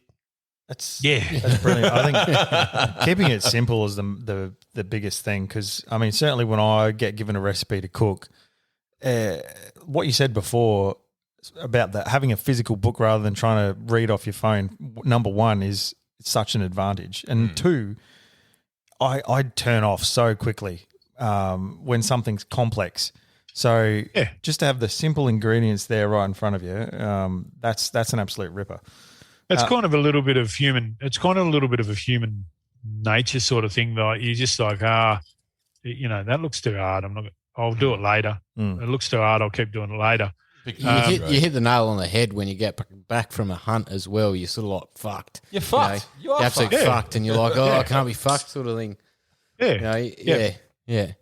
So you sort of do the bare minimum, that night that you get home, and you're like, I'll do it the next day. Yeah, you cut it up, or try and get it into your fridge as much as you can in your fridge, even if it's got the fucking skin on, sort of thing. You cut up what you can, unpack the esky. Right, well, excuse boys, the fucking get the beverages. Bevy break. Get the beverages. The bevy was going to overflow. And it's the boy. Hey, here's a couple of questions. Well, two parts questions here, Jace. So do you do much cooking while you're actually out on the hunt? And then can you tell us what's the best seasonings or things to have in your little kit bag when you want to cook something up out in the field? Love it. Compact. Yep. Okay, so pack hunting and stuff. Yeah. So, good question. Excellent question. So, and one I get asked a lot. So, if you're out hunting, what do you cook? I cook 2-minute noodles. Megarine. Yeah, and put an egg on top. How flash is that? That's 5 stars out in the fucking bush, isn't it? Yeah, because I want to be hunting. The last thing I want to do is come home and fucking do a flash goat curry with all the spice and all the bits and pieces. Get fucked. No way. So I really try and hunt. If I'm out hunting and I've got to stay the night, or I'm out going for a weekend hunting and stuff, I try and pack, it'll be quick meals. It'll be like little sandwiches or baked beans or for breakfast. Very rarely am I hanging around in camp. Like I'm up at a sparrows fart. It's fucking still dark and I'm gone, man. I'm out. I'm there to hunt and I've grabbed guns and I'm gone. And they can get up, my mates can get up and fuck around and piss about. I'm out there, man. I'll wake them up with shots fired. That's kind of, it's more of my mentality of, get the game. We can do all that shit when we get home, sort of thing. And it's more of a, as I said before, and I mentioned it before, hunting for me, the trophy is the food that I bring home. So, I've got an outdoor. I've got 2 kitchens in my unit. Well, the small place that I am, I've got and you've seen them, my outdoor kitchen, my studio, and my indoor kitchen. And that's where the magic happens. Like I'm not gonna try and cook some gourmet meal out in the bush and then put it on a stainless steel plate with your stainless steel cup of red wine and try and make it look fancy. Do you ever cook like you've just shot a deer or camel or something? You take some tenderloins and you just quickly whip them up on your pan out there, or you just harvest the animal solely to take home? Yeah. Thoroughly, 99% to take home. Yeah. Very rarely. I have done it before. Like there's, okay, well, let's just cook it up. Look, we'll flick a back strap or a tenderloin on there, real quick, have a little bite. Very rarely will I actually do it. Like I'm thinking, these are good cuts, let's take it home. Even goat hunting up north, I was goat hunting, this is a while back, and all the goats, we shot a shitload of goats and they're all packed, put in eskies, put in cool. We're getting them cool straight up, guts out and stuff. There has been one, so I went up there and I did eat a little bit of it. So we're throwing it over the fire and that with a stick and, threading it on sticks and stuff like cavemen and a bit of salt and pepper and spices and stuff. But it's not as enjoyable as plating it up. I can make it 5-star, man. I really can. I've got, just in the slow cooker and stuff like that. And even my last fishing trip I went on, I did a charity fishing trip down a little place called Hamlin Bay. It's absolutely beautiful down the Margaret River region of WA. And it's amazing, right on the beach. and I was in a caravan park and it had power. So I run a big extension cord out and put the slow cooker on and threw goat in there, some goat mince, half a bottle of bourbon went in it, beans, those pinto beans and bean mix. There's a heap of onions in there, and we had goat nachos that night. And the boys were like, "Oh man, this is the Goat best nachos. Mate, you just blew my mind. You just fucking fuck. And throw cheese, a little dob of sour cream over the top, because you had power. So we're eating out of the angle sort of thing with a slow. I just take the slow cooker. Fuck it. We put it on the camp table, go fishing for the whole day, come home, goat nachos, get on the piss. And it was good. And the boys are like, yeah, this is living. And then we didn't eat all the goat nachos, so more stuff went into it, more beans, and then pasta. So we had goat spaghetti the next night on the piss again. And that's pretty much, but we were fishing and the slow cooker was pumping all day. But we were, that's usually how I do it. But when it comes to eating meals out in the scrub, give me some 2-minute noodles, man, easy. It's interesting that you say that because I've always gone into it with the mindset of we don't take food and we eat what we kill because you're a fucking Neanderthal. Yeah, pretty much, man. But it also it gives you that drive of survival. But I've never really thought of it in the concept that you're talking about, where you can do it better at home. You've got no restrictions on it. You can do it better. You're going to have your value for the effort that you've put in. You do it justice at home, where you can give it the full love and attention versus out in the field where, we're cooking most stuff up over a jet boil or a fire and, we might chuck a tenderloin on here or there, but, you're not going to cook up a curry or anything like that out in the field. It's just going to be salt, pepper and one other herb. That's all that's going to be. I kind of learned that mistake as a young kid. I had a single shot shotgun and I said to my mate, come on, we'll go hunting. And I said, what we'll do is I'll take this shotgun and, we've got the gun. So we've got to get food. That's so easy. I said, but just bring a bottle of wine, packet of Cheezels and some sweet and sour sauce, and we'll eat what we kill. Yeah. We had packet of Cheezels. We had Cheezels with sweet and sour sauce on. Yeah. And fucking washed down with wine. We got munted in the middle of the bush. Oh, we were fucked. Yeah. And when you don't shoot anything, you're like, well, okay, I'm going to go fucking eating Cheezels. But you learn. You only have to do it once. You only have to go hungry when you're out hunting once. To learn that let's take all our food home, Yeah. No, that's brilliant. I think you've changed my mind on that one, I think, with everything that you Thank fuck. Literally, Ryan is like that every time we go out. Let's take no food. Yeah. We just eat what we kill. We also have to wear loincloths and hunt with spears. Yeah, go for it, bud. I'll just be back here in camp eating goat nachos. Oh, shit. You beauty. Well, we've talked a fair bit about the hunting side of things. Where did fishing begin with you, Jason? What's your experiences there?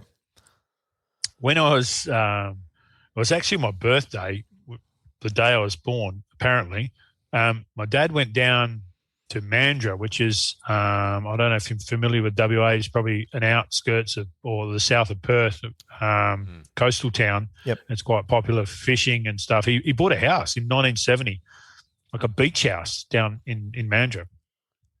So every holidays as kids growing up, we'd head down to the beach house, school holidays. Any time you had off, Dad would just drag us all down to the beach house, man. We'd camp out. It was pretty much 100 metres off the beach sort of thing. We'd walk down fishing for Taylor. And that's where you see my dad in that photo holding all those crabs up. Oh, brilliant. He's out on the estuary there in Mandurah catching a heap of crabs. We'd net fish, we'd fish, but we just – and seafood was huge. That was a big part. He loved his fishing, all kinds of fishing, all aspects of fishing. He loved it. So he kind of instilled that into us as three young kids, three young boys growing up, trying to, get the boys out of mum's hair. Come on, boys, we'll go fishing. And we all loved it. It was all action-packed and it was great. And we come home and, might have a feed of Taylor he'd fill it and we'd have it, that night for maybe dinner or breakfast in the morning. We'd have some Taylor fillets and stuff. But different fishing. He loved it. He absolutely loved his fishing. So that was the install for fishing for me. That's where I got my passion for fishing as well. So that hunt, as you know, that the hunt grew on me, and then the catch, it was kind of instilled in me with Dad growing up as well. So that was fairly easy. The cook was Mum. So Mum she'd turn shit into sugar, mate. She really was a good cook, man. And people would, like yourselves now, sitting around on the couch, Mum would, there'd be a dozen people rock through that door. Hey, how you going? All bottles of beer. And this is growing up in the 70s and 80s, even up to the 90s and that. We'd have visitors quite often, man. Like, you don't text people and find out what they're doing. Back in the days of telephones without mobile phones, people just fucking turned up on your front door, like knocked on the door. Hey, we're out for a Sunday drive. We've got the kids. We just find out what you're doing. What are you doing? Come on in. Coming in for a cuppa. Like, fuck, there's a bottle of beer getting open. Dad's like, yeah, come around. I can have a beer. That's Mum's cooking. The community though. It's like, well, I remember I'm only, what am I, 32, and I remember when I was a kid, that was the way that people operated. It wasn't it wasn't like, hey, what are you doing? Oh, I can't now. Okay, no worries. It was like, oh, g'day, we're fucking here.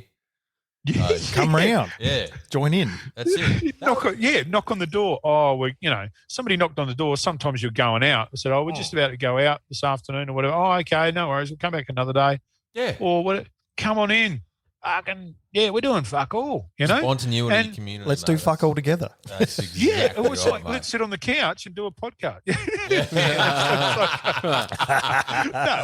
It's like, yeah, let's get it. And Mum was like, and as I said, Mum could turn it, mate. She was fantastic. She really, as a cook, she was great. She could really, really cook, like off the cuff cooking, and I think it was a passion that's installed in me. I really, I think that's where how.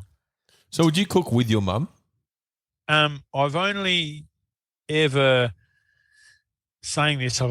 cooked with my mum in the latter years. I went around there and said, Mum, and I think it was I put it on my page because I know I've got a Hunt Catch Cook shirt on.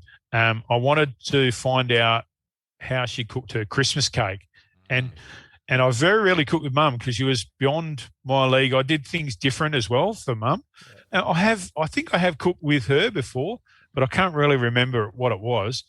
But I purposely went around there and said, Mum, I want to learn how to cook your Christmas cake. I want to learn how to cook your Christmas pudding. And this is she was pretty much in her 70s, 80s sort of thing. And she said, yep, I'll teach her. So she taught me how to cook her Christmas pudding, and it was fucking divine, man. It was that. She said, we haven't got such and such. So come on, we'll drive down the road and get it. Let's go. Fucking. So we're down the road doing the shopping. We come home and cooked it. And it's a memory that, as in her latter years of life, that will stick with me forever. It was you can have mum and dads throughout your life, but it's kind of little segments that you'll remember with your mum and dad and think, yeah, that was pretty special. We really, I learned a lot from you then, or I bonded, I got a lot of information of what you just showed me. And that was the time. So that was when I cooked with Mum. But she knew what I did. She knew she was around for my first cookbook, I think. And she was, but, because there's one of her photos of what she cooked in there when I was doing my first book, and she was positive about it, and she was really she was good about it and supportive. They were both supportive about it, about what I was going to do. Waste your bloody money, but good old Mum. Now I'm someone who I love catching fish and seafood in general, but I'm not someone who likes that really fishy taste. He throws his fish back. Yep. So is there a way of cooking seafood to get around that real fishy taste? So what kind of fish are we talking? Because they've all got. When you say name a fish, I've fed him like jewfish or mulloway before, and he's disliked it. So in SA, so we'll typically catch salt. mulloway, whiting, bread and butter fish. bream. bread and butter fish like whiting. best fish and chip fish ever, right? Yeah. But here you go, whiting. I did a little. We caught a heap of whiting and the little sand whiting. The best. They're bread and butter fish. So the first thing I thought of is beer battered fish and chips. So I cooked all that. As soon as I got home, I filleted them all. Got the beer, and it's simple: beer and flour. Done.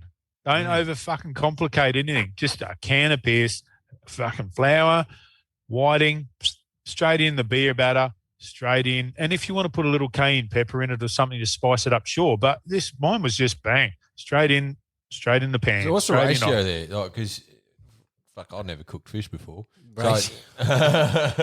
So you're talking about like your beer? Did you literally just mix beer and flour, dunk the fucking fish in there, throw it in the pan? Yeah. Fucking easy as that. Simple as that. You know what? I tell you, next time you shoot a deer, I shit you not, right? Next time, obviously you guys surely get fallow deer over there, right? 100%. Mm-hmm. Yeah, right. So the tenderloin, the tenderloins on a fallow deer. Yeah. Okay, rip them out. Can of beer in the bowl, flour in the bowl. Mix it up until it goes into a little bit of a wet mix. Throw some maybe a little bit of paprika in there, something for some colour and a little bit of taste, some pepper. Salt if you want for the salty people. You don't have to. Yeah, if you can salt it up. That's going to happen. Dip the whole tenderloin in there and straight into oil. When that batter is cooked, bring it out and slice it, and it'll still be raw. It'll still be rare. Yeah. And it'll be cooked to perfection. So you're beer battering a fallow tenderloin. All right? right. And it is done to perfection. Next I fellow kid you will not, do it. We'll do Yeah, it. when you cut it open, it's a little bit rare. It's just that pinkish. Yep. And that's how I found that by mistake, that I just beer battered this tenderloins, and man, they are, and I've done it heaps. Yeah, wow. Done it heaps. How to cook a good tenderloin, how to cook a good steak is quickly batter it. When that batter's cooked, well, not really the good steak, because there's so many other ways you can cook good steak, but the tenderloins were perfect. That was a perfect example. And I just quickly, like a deep fry, you want a fair bit of oil, deep fry it, even a little bit of garlic or something in the oil as well, or a garlic flavoured or infused oil, and it is perfect. It just goes off. Man, put it on a chopping I'm definitely board. cooking that tomorrow. I'm fucking starving. Ryan's got Put some. it on a chopping board. Ryan's Just got like some tenderloins. give it that nice cut across, that 45 degrees cut across it. Yeah. So you've got some long pieces to eat, man. Throw it in with the fork, mate. Oh, mate, Delicious. man. Get on it, Gotta do Ryan. it. Ryan's got some tenderloins in the fridge, so he needs to do that and invite us around for a feed. And do you? Because didn't you just cook? Didn't you just throw the last tenderloin on the fucking grill on the fire the No, other night? another one.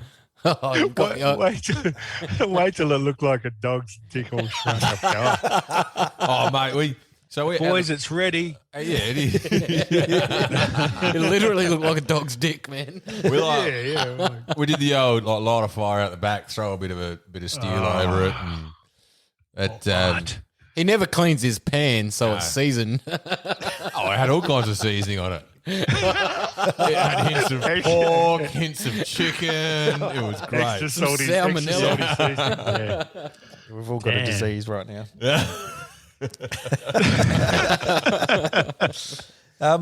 Jason, out of all the different species of deer, do you happen to have a favourite? Because we've actually debated amongst ourselves about the different flavours within deer species, and we have our own sort of favourites. Do you have a favourite at all, or There's not deer. it's all just venison?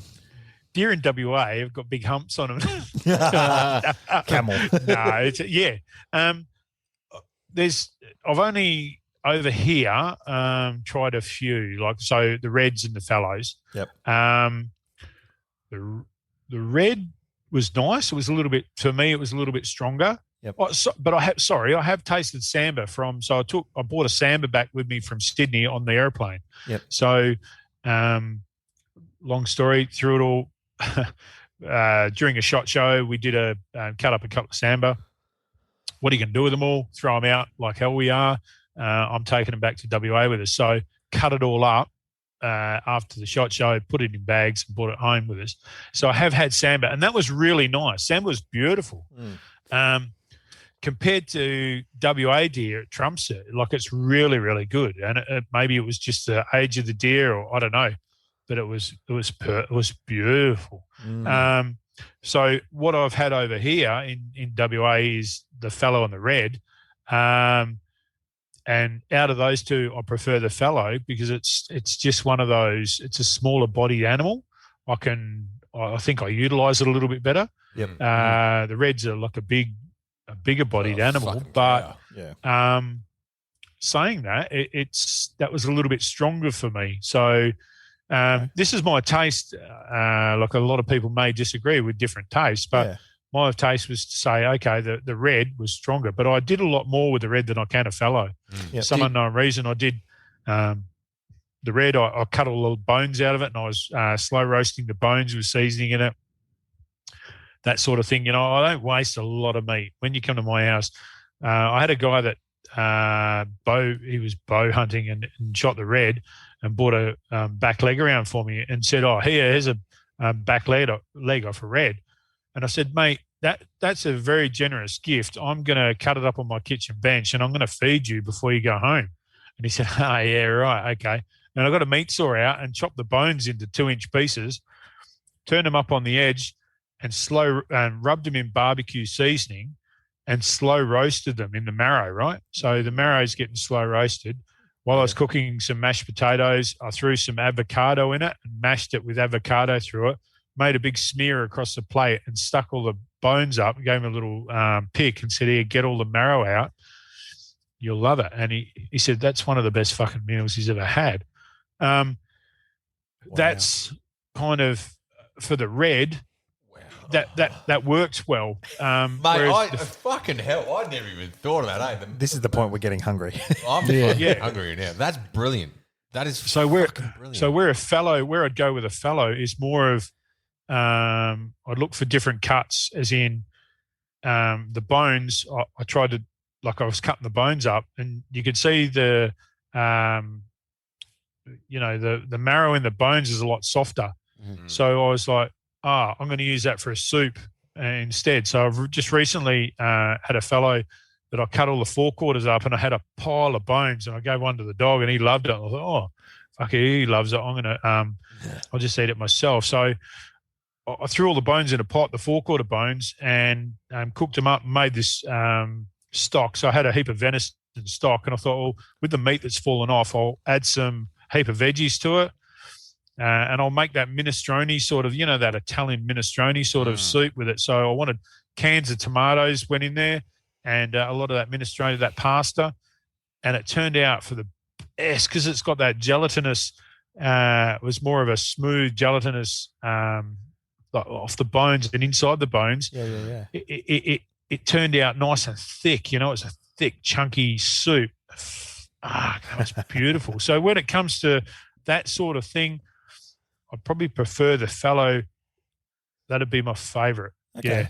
Yeah. Do you think it could be what like the animal's diet is compared to? Because I think we came to the census that we preferred red deer. Do you think it could just be simply what like the deer are feeding on over west compared to east? Good point. Really good point. Maybe, but I haven't. Although I'm in the Deer Association and hang out with them a fair bit and do a lot of bits and pieces with them, I don't really know that much about deer because I haven't had that, and this is brutally honest with you, I haven't had that much exposure to them when it comes to shooting them, it comes to cutting them up. So I use a lot of the meat. I see those finer points, but I don't see terrain and what they're eating. I don't worry about studying all that sort of shit and looking for sign and stuff. I'm cutting them up and I'm eating them. I've never really stopped to have a look at that, and that's probably there's some truth in that too. On diet, diet for animals is a big thing when you're eating them. A question that I get asked, the most popular question that Hunt Catch Cook gets asked is, is my pig okay to eat? How do I know my wild pig's okay to eat? And that's a big question that I get asked on a weekly basis. How can I tell pigs are okay to eat? One of those key factors is diet. Is what's your pig eating? And I'm going to kind of jump off a little subject here from venison. I'm going to go straight to pig, but Go for it. 99% of game selections done through the rifle scope, you're going to have a really good meal looking through your scope. You're not going to I tend to shoot a younger animal than I will an older animal. A lot of guys and typical human instinct, let's get the biggest one. Let's get the ones with the big horns and all the bullshit. And, that'll be great. My mates fucking love that. And I'm going to shoot that big one. I'm shooting the little one all the time, man. Like, you shot the little one. Yeah, because I'm fucking eating the little one. That's right. And whether it be goat, I'll go for a nice eater. The venison, nice eater. Maybe kangaroo, I'll still go for a nice eater. Pigs, I'll be so happy to get the nice little ones, man, the eaters. And how do you tell that pig's okay to eat? Was it running? Is it healthy? What diet's it on? What time of the year? So is it really scrawny because it's in the middle of fucking summer and it's searching for food all the time? That's kind of, if it looks like that, then maybe it's okay for its season. You shot it in spring or you shot it in the middle of winter and it's really scrawny, like it looks like it's going to summer, that fucking pig's sick. It's no good to eat. So there's a little bit of selection through the rifle scope and also animal husbandry. Like, was it did you shoot the last pig running off? Because if you shot the last pig running off, it's probably fucking sick. There's something wrong with it. Yeah. That pig wouldn't, that was just one laying down. All the rest had run off and that one was laying down. You know why it was laying down? Because it's fucking crook. It wasn't feeling that well. And there may be something wrong with it. It didn't get up and run off. And that's how even animal selection, whether it be goats as well, was an old nanny or something is waiting. Yeah, it could be. So you've actually got to think outside the square when it comes to animal selection and comes to game meat selection and you want the best product on your table. You've got to think outside the square and actually think, well, okay, am I shooting the right animal? Is this through the rifle scope? That's where the selection comes from. Are you shooting the right animal to take home and eat? Yeah, well, no, that is an awesome perspective on it. I think absolutely. Make that choice before you've shot something. So so before you pull the trigger, sorry, mate, go for it. Just with pigs, like obviously, trichinosis and that's quite prevalent. So you'd still just blanket cook them over 150 degrees internally? Yeah. So obviously, so a little quick one on field dressing. So around the bung hole, drop the bung into the pig. Use some rubber gloves. Have some water on hand. Unzip it. So go down the guts. I'll leave the skin on. Leave the hair on. Leave the skin on because if it contaminates, if you split anything and it contaminates the outside, you can still then skin the pig and the meat's fine, right? You haven't got shit all over the meat. So a lot of people say, I skin the pig first and then do all that. I actually skin the pig last. So unzip it, take the guts out. And as you're working down, you've pulled that out. You pulled the arse out of it, the bung out of it. Then you're going to come across probably the kidneys first or the bladder first and take the bladder out. Just be careful taking the bladder out. Then you'll come across the kidneys. So I'm trying to think now, working the way down. Just check the kidneys, nice and full, round, covered in fat. Slice one open if you want to slice it open. Just have a look for any imperfections, any cysts sort of thing, any blown up, one's bigger than the other one. Then keep working the way down. You'll go around the diaphragm, pull out heart and lungs. Have a look at the lungs, have a look at the heart, just slice them open.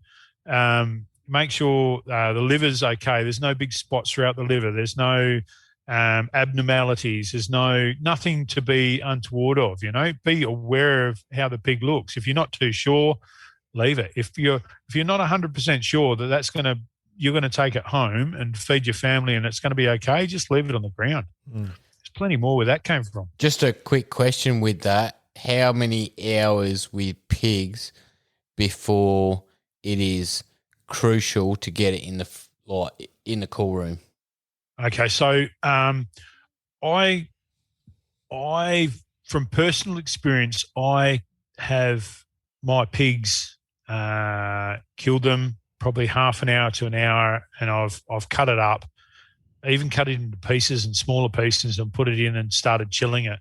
However, my goats, I've left them 12 hours in a shearing shed, back on the farm in a shearing shed, covered in a what do you call it? Mesh, like a shade cloth to keep the flies off. Venison I've left for 12 hours in the middle of the day, just under my back veranda, covered in a muslin cloth sort of thing with pegs around it for 12 hours. And that had a little bit of fly on it that, I just cut off, and that was fine. With pigs, I'd try and cool them down as best I could, as quick as I could. So be sort of, but I'd say, you want to, you really, pork's a little bit different in such, you want to try and get it cooled down within at least 10 hours. Mm-hmm. Yep. Yeah, within at least, say even 10 to 12. You could step it out at 12 hours as long as, and I'd leave the skin on it, and I'd leave it hanging and leave it, nice airflow through it in the shade or under some shade. Yeah. The other question is like, I've read and experienced that when it starts to smell, I can't remember what the word is used. Oh, iron. No, it smells tangy almost, that the pigs Sour? the pigs like gone off. Gone off. Yeah. Yeah. Okay. Right. So I've never. So all mine are, within a few hours, I've got it home and hung it up. But saying that, I've seen pigs, and it may be different over here, but over there, but I don't think so. But I've seen them sitting on the carport floor for hours, mate. For hours. Yeah, and it wouldn't be more than. Yeah, but it'd be overnight. It was nice and cool. So mates come home pig hunting, gutted it, and just threw him in his carport, closed the roller, got up in the morning. There's 3 or 4 pigs laying in the carport overnight. So that was probably more than 12 hours. And and they were perfect. The meat was fine. And it's had that, I see that overnight, and it's had time to cool down, and the body's cooled down. So, no problem at all. But if it was in sun and it's fairly hot conditions, I'd be a little bit skeptical of it, sure. Well, that's the thing. Like we've had a recent trip to Vic where we did get fallow, and it was really good conditions. So cool days, like very cool days. A little bit of a mist and a little bit of rain, but we hung the fallow for 2 days. Probably pushing it a little bit, but we gutted it, we hung it, we left the skin on.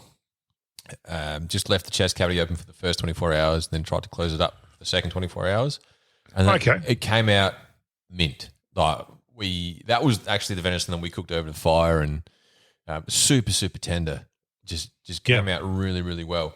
Now, and that's something that we've sort of learnt a little bit recently, where the hang time that you have, particularly on your venison, that contributes to the tenderness of the meat, especially when you're cooking it over a fire and you're not doing the old slow cooker. I've the first red that I shot actually with which was down south here in Lucendale in South Australia.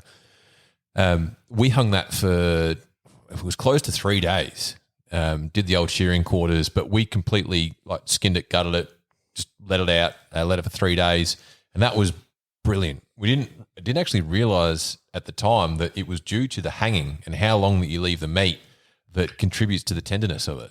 It was tenderising it, or it's actually it's an aging process. Yeah, that's it. It's dry aging, and if you can get the temperature and the conditions right, the humidity okay, it's fine. Just hang it, and it's fine. And it's an aging process. See, over in the West, it's a little bit different. The temperature, humidity is completely different. So I wet age a lot of my stuff. So I don't know. What is that for those playing at home? Wet age. Okay, so wet aging is, I use a Cryovac machine and put it in a bag, and then after the first week, I cut the top off the Cryovac bag and take all the blood and the moisture out of the meat, and then re-Cryovac it. And I'll do that, and I've had done up to, it's got to be over nearly 2 months I've wet aged meat for. So what temperature do you keep it at before you take all the moisture out of it? Straight in the fridge. Yep. Wow. Normal fridge, and you're just taking moisture out of it. That's all you're doing. You're just taking the blood and the moisture with a paper towel. You're drying the bag out, or you put it in a new bag, and cryovac it again, and put it in the fridge. The next week, bring it back out again, cut the top off the bag, drain the blood out, pat it all dry with a paper towel, back in the fridge. And it's wet aging it. And I've had it.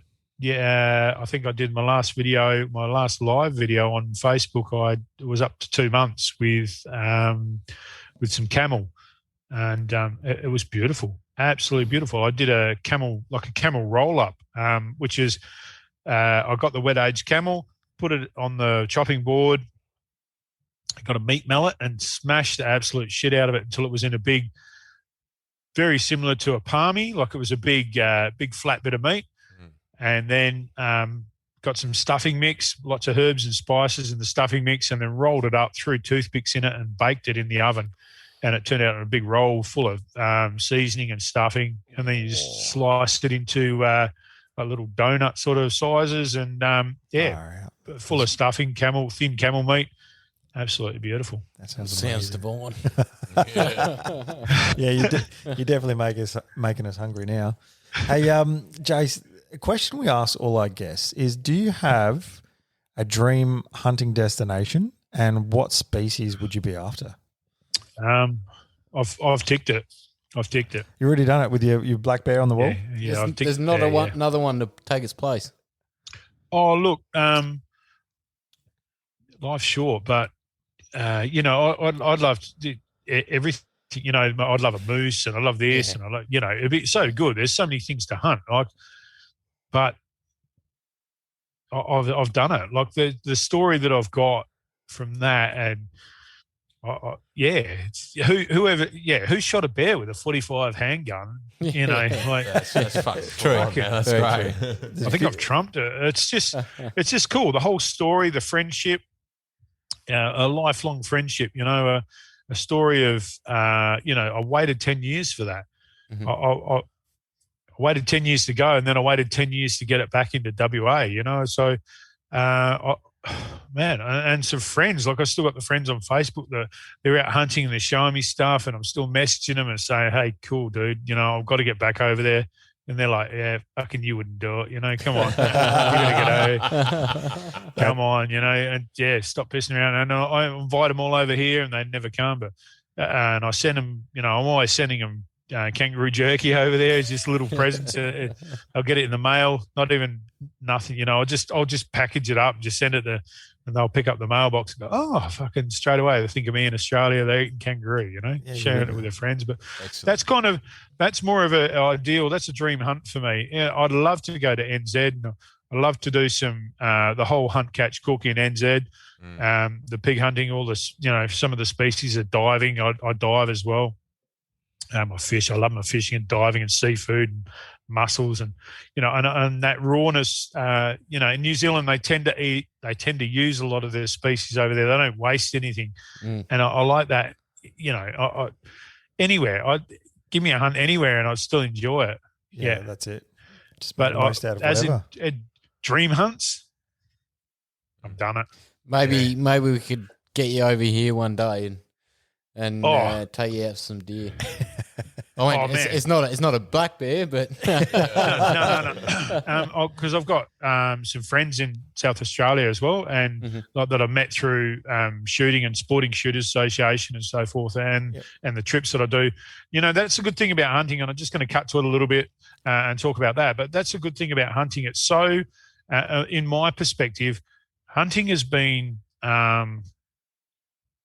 such an avenue for me to meet people, and the things I've done. I'm so blessed with, the amount of people that I've met, the people that I've spoken to, the things that I've got, the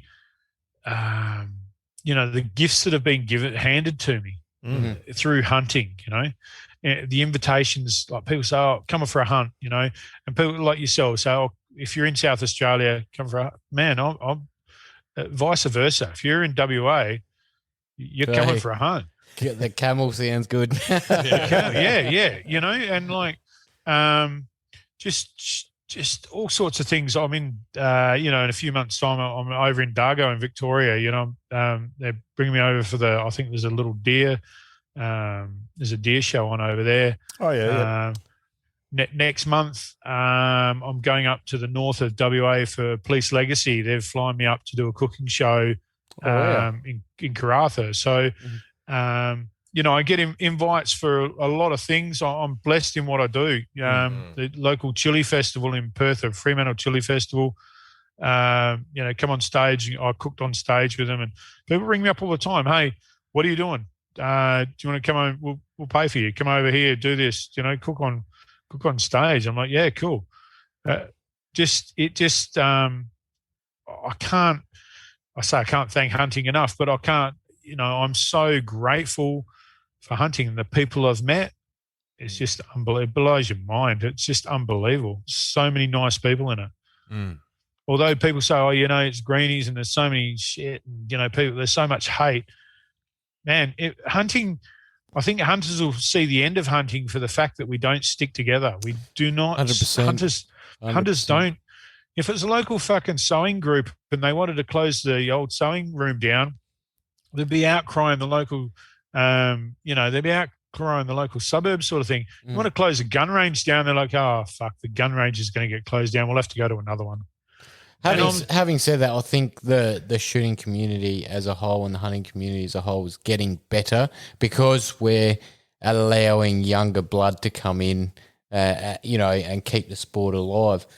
But that's just from what I've seen in you know. Well, personally, I think it's more of people like yourself. So knowledge is power, and it gives. When you say, "Oh, the hunting community," it's not the hunting community that wants to shut hunting community down. It's the other people, and when they know what you do in hunting, they're like, "Oh, it's not that bad after all." Yeah, or the fact that this fat fucker hasn't been to a butcher shop for 10 years. I want in on that, you know. Yeah. I want in on some cheap meat. And I get asked that a lot. How do I get cheap meat? Go and get a gun. Join your local Sporting Shooters Association, mate. Join your local ADA, you know. I want to hunt deer. How do I find that out? Join ADA.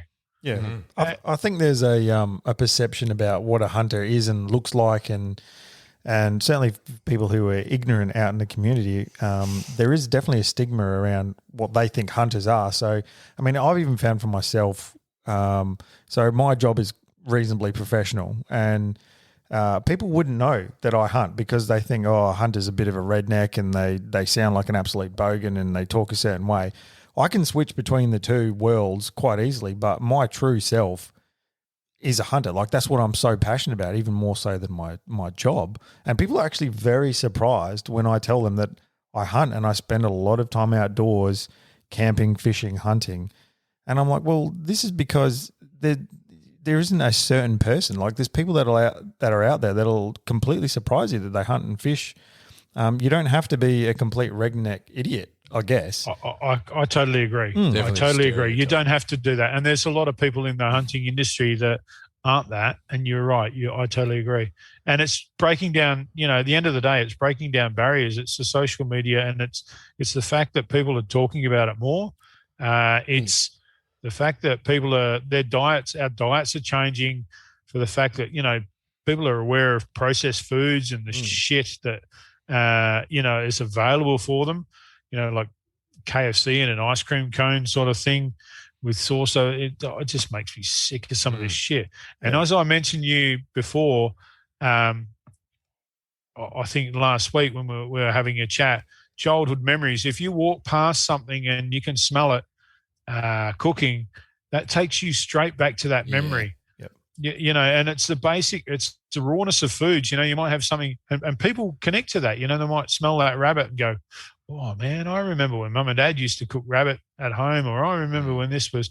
They may not necessarily hunt, but they remember back when, you know, that was some of the nicest smells they've had or the nicest food they've had. And you can gel with people. You can break down barriers with that sort of thing. You know, their mum and dad used to do it, or their grandparents used to do it, and that's where you start. You've got to, you know, as hunters, we all have to break down barriers and get rid of stigmas and educate and teach people how good and how beneficial hunting is. And I think people like yourselves, even, podcasts, social media, whether it be Instagram or Facebook and stuff, is really, really good for that. And it's working. Keep up the good work, boys. Yeah, 100%.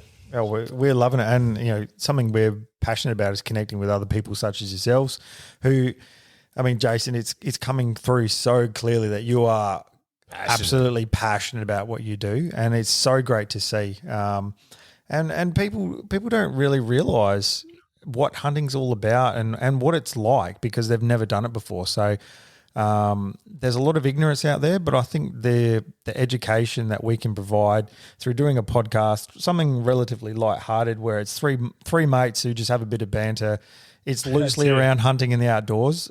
People can sort of find an avenue into hunting through that. Love it. Love it. And then, seeing someone such as yourself who's so passionate is great. So, I mean, look, Jason, you've been so generous with your time tonight, and we're so appreciative of your time. Is there anyone else you sort of want to plug? Any yourself? How can people come across your website, your Instagram? Okay, so I run an Instagram page, Hunt Catch Cook. So look up Hunt Catch Cook. I've got a blog and I've got a Facebook group. I leave the group for everyone else to show off their stuff with me, especially Australia-wide. And I like that. My blog is more just me showing people what I do because I cook, I'll wake up at 2 a.m. and think of a recipe and think, fuck, I need to go out and cook. And I'm serious. That, my ex is like, come out at 2 a.m, like, what the fuck are you doing? And I said, I'm just cooking. She said, are you asleep or something, or what's going on here? And I said, no, I've just thought of something. I've got to cook it. And so back to the shit. That's my blog, my Facebook blog, Hunt Catch Cook. Instagram, Hunt Catch Cook. Obviously, they're both linked. Yep. And I have a page or a group, Hunt Catch Cook. I'm also starting to get into some YouTube stuff. So just teaching, I think I can teach people a little bit better on YouTube. Mm-hmm. So, showing how do I look, what do I look for in wild pigs? How do I set up a pig trap? And I'm going to start doing a lot more of Hunt Catch Cook on YouTube. That way I can market it. So, I'm always open to questions. Like people, social media and messaging me on social media is cool. I love it. I love people communicating with me. I had some guy, this is years ago, at 2 o'clock in the morning, my phone rings and I'm like, fuck. At first you think of somebody in the family's heard or whatever. Yeah. And I leant over in the bedside table and I grabbed it. He's going, g'day, mate. How long do I put my wild pork roast in for, man? I'm like, right. Just tell me, where are you, mate? He goes, I'm in Vic. The NRL or whatever it is, that's the games are on and fucking today, and I'm going to the boys are coming around. I'm just going to put it on, mate. It was like early in the morning. His early in the morning is a fucking lot different to early in the morning over here, mate. And I'm like, dude, how big's your roast? And then I just thought, no, fuck it. Go onto my webpage, mate. You'll see all the times on there. And I just like, oh, thanks, champ. You're a legend. The missus is like, who's that? I said, just some guy wants to know how long to put his pig in the fucking oven for. She's like, are you fucking... It's a euphemism. Yeah, that's it. And while we're on that conversation, honey. While I'm up. While I'm up there. Yeah, while we're up. Well, we've got fuck all to do, yeah. So I'm open to, I'm open to communicating with people that have no idea about hunting and cooking, or say cooking. That's fantastic. What they kill. So, I'll get a lot of messages, but I try and my webpage, obviously, as I said before, www.huntcatchcook.com. If you can't find it on there, have a look on my Facebook page, and Insta is cool, and it's all linked, so you'll be able to and I've got a shop on there for obviously the gambles, the skinning, boning knives, a little bit of merch, my shirts and stuff. Yeah, a whole heap of information on there, like what to do, and I think there's a few recipes on there, bits and pieces of shit you can. Yeah, it's pretty cool. So I like that. I like buggerizing around with that, but yeah, and my books are on there if you want recipe books. As you said, there's some really cool recipes in there.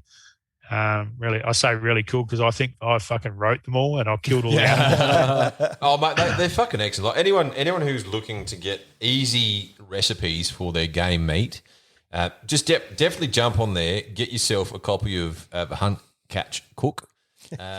Don't say that. You gotta be careful what you say. Don't say it 3 times in a row really quickly. Oh, look, boys, I'll tell you now that gets changed so much, man. All my mates take the piss out of me, and it's easy. I had to get it tattooed on me so I fucking remember it.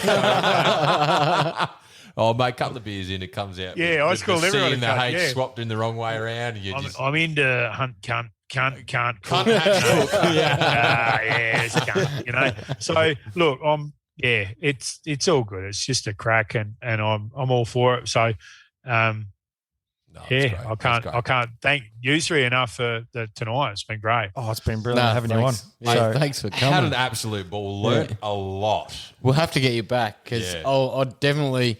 It's funny when you're on a podcast, you're running out of time, and you just want to sort of pick the person's brain of like recipes and things like that, and just I get that a lot. Like somebody, podcasts that I've done and previously that I've done, people go, "Oh, okay, can you give me 3 rabbit recipes?" I'm like, "Fucking really?" just off the top of my head, and I can usually I can flick out a couple, and then we'll go, and then give us 2 goat and a venison, and what's your best camel recipe? And I'm like, "Fuck." Just buy me book. Well, maybe next time we'll have beers in person together, and then then I've done that too. I've actually done a cook up. I've done a podcast cook up. So it went live, and I've done that a couple of times. Hung it up on my light in my kitchen, the microphone, and we've done the full cook up. And he's eating, going, fuck, and how good is this? I was quite prepared for recipes because I've got all my recipe books here, and you could have fired 1,000,001 recipes at me, or I just would have been flicking through papers going, hold on, boys, I've got some fucking good ones. We're keen to find out about you because at the end of the day, people can buy your book, they can go on your website, and you can get a bit out of what information people are trying to find rather than us trying to get that out there on our podcast. So we wanted to find out a bit about you and what makes you tick, Jason. So thank you so much for coming on tonight. I think it's been a pleasure. I'm so glad that it's happened and it's turned out how it is. I'm so glad that I spoke to you earlier on and you got the full tour of the house and all the shit that I do. That was the crazy shit. That was crazy. That was brilliant. So all right. Well, I've got 1,000,001 stories, and it'd be such a pleasure to come back on again, round 2. We can beat some bastards with the amount of podcasts that I've.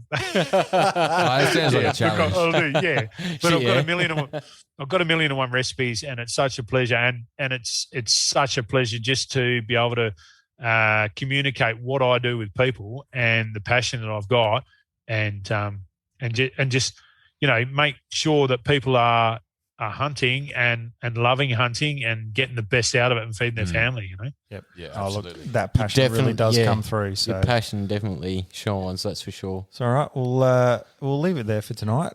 Once again, thank you so much, Jason. You'll hear a bit of music on your end. We're going to fade in our outro. So yes, thank you. Thank you very much, mate. We appreciate your time. I've been Ryan. I've been Caleb. And I'm Josh. Thank you very much. And thank you very much to Jace for giving us your time, mate, and all of your passionate information, mate. It's very much appreciated. Awesome, boys. Thanks. No dramas at all. Thank you. Catch you all next week for another episode. Another episode of Send It, Mate. Hit us up on the Instagram. Send It, Mate. Catch ya.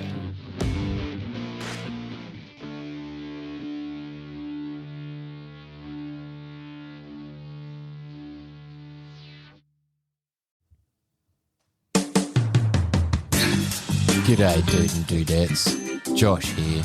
Do you find it hard to keep your long, hard barrels free from gun STDs? Maybe you need a clean out of your bore. If this is you, jump on over to highcaliber.com.au and use the promo code SENDITMATE to receive a 10% discount on all your gun cleaning needs. And remember, it's sexy to support Australian-made products. Everyone here at Send It Mate uses high caliber, and we can promise you that it'll keep your firearms free from those pesky gun STDs.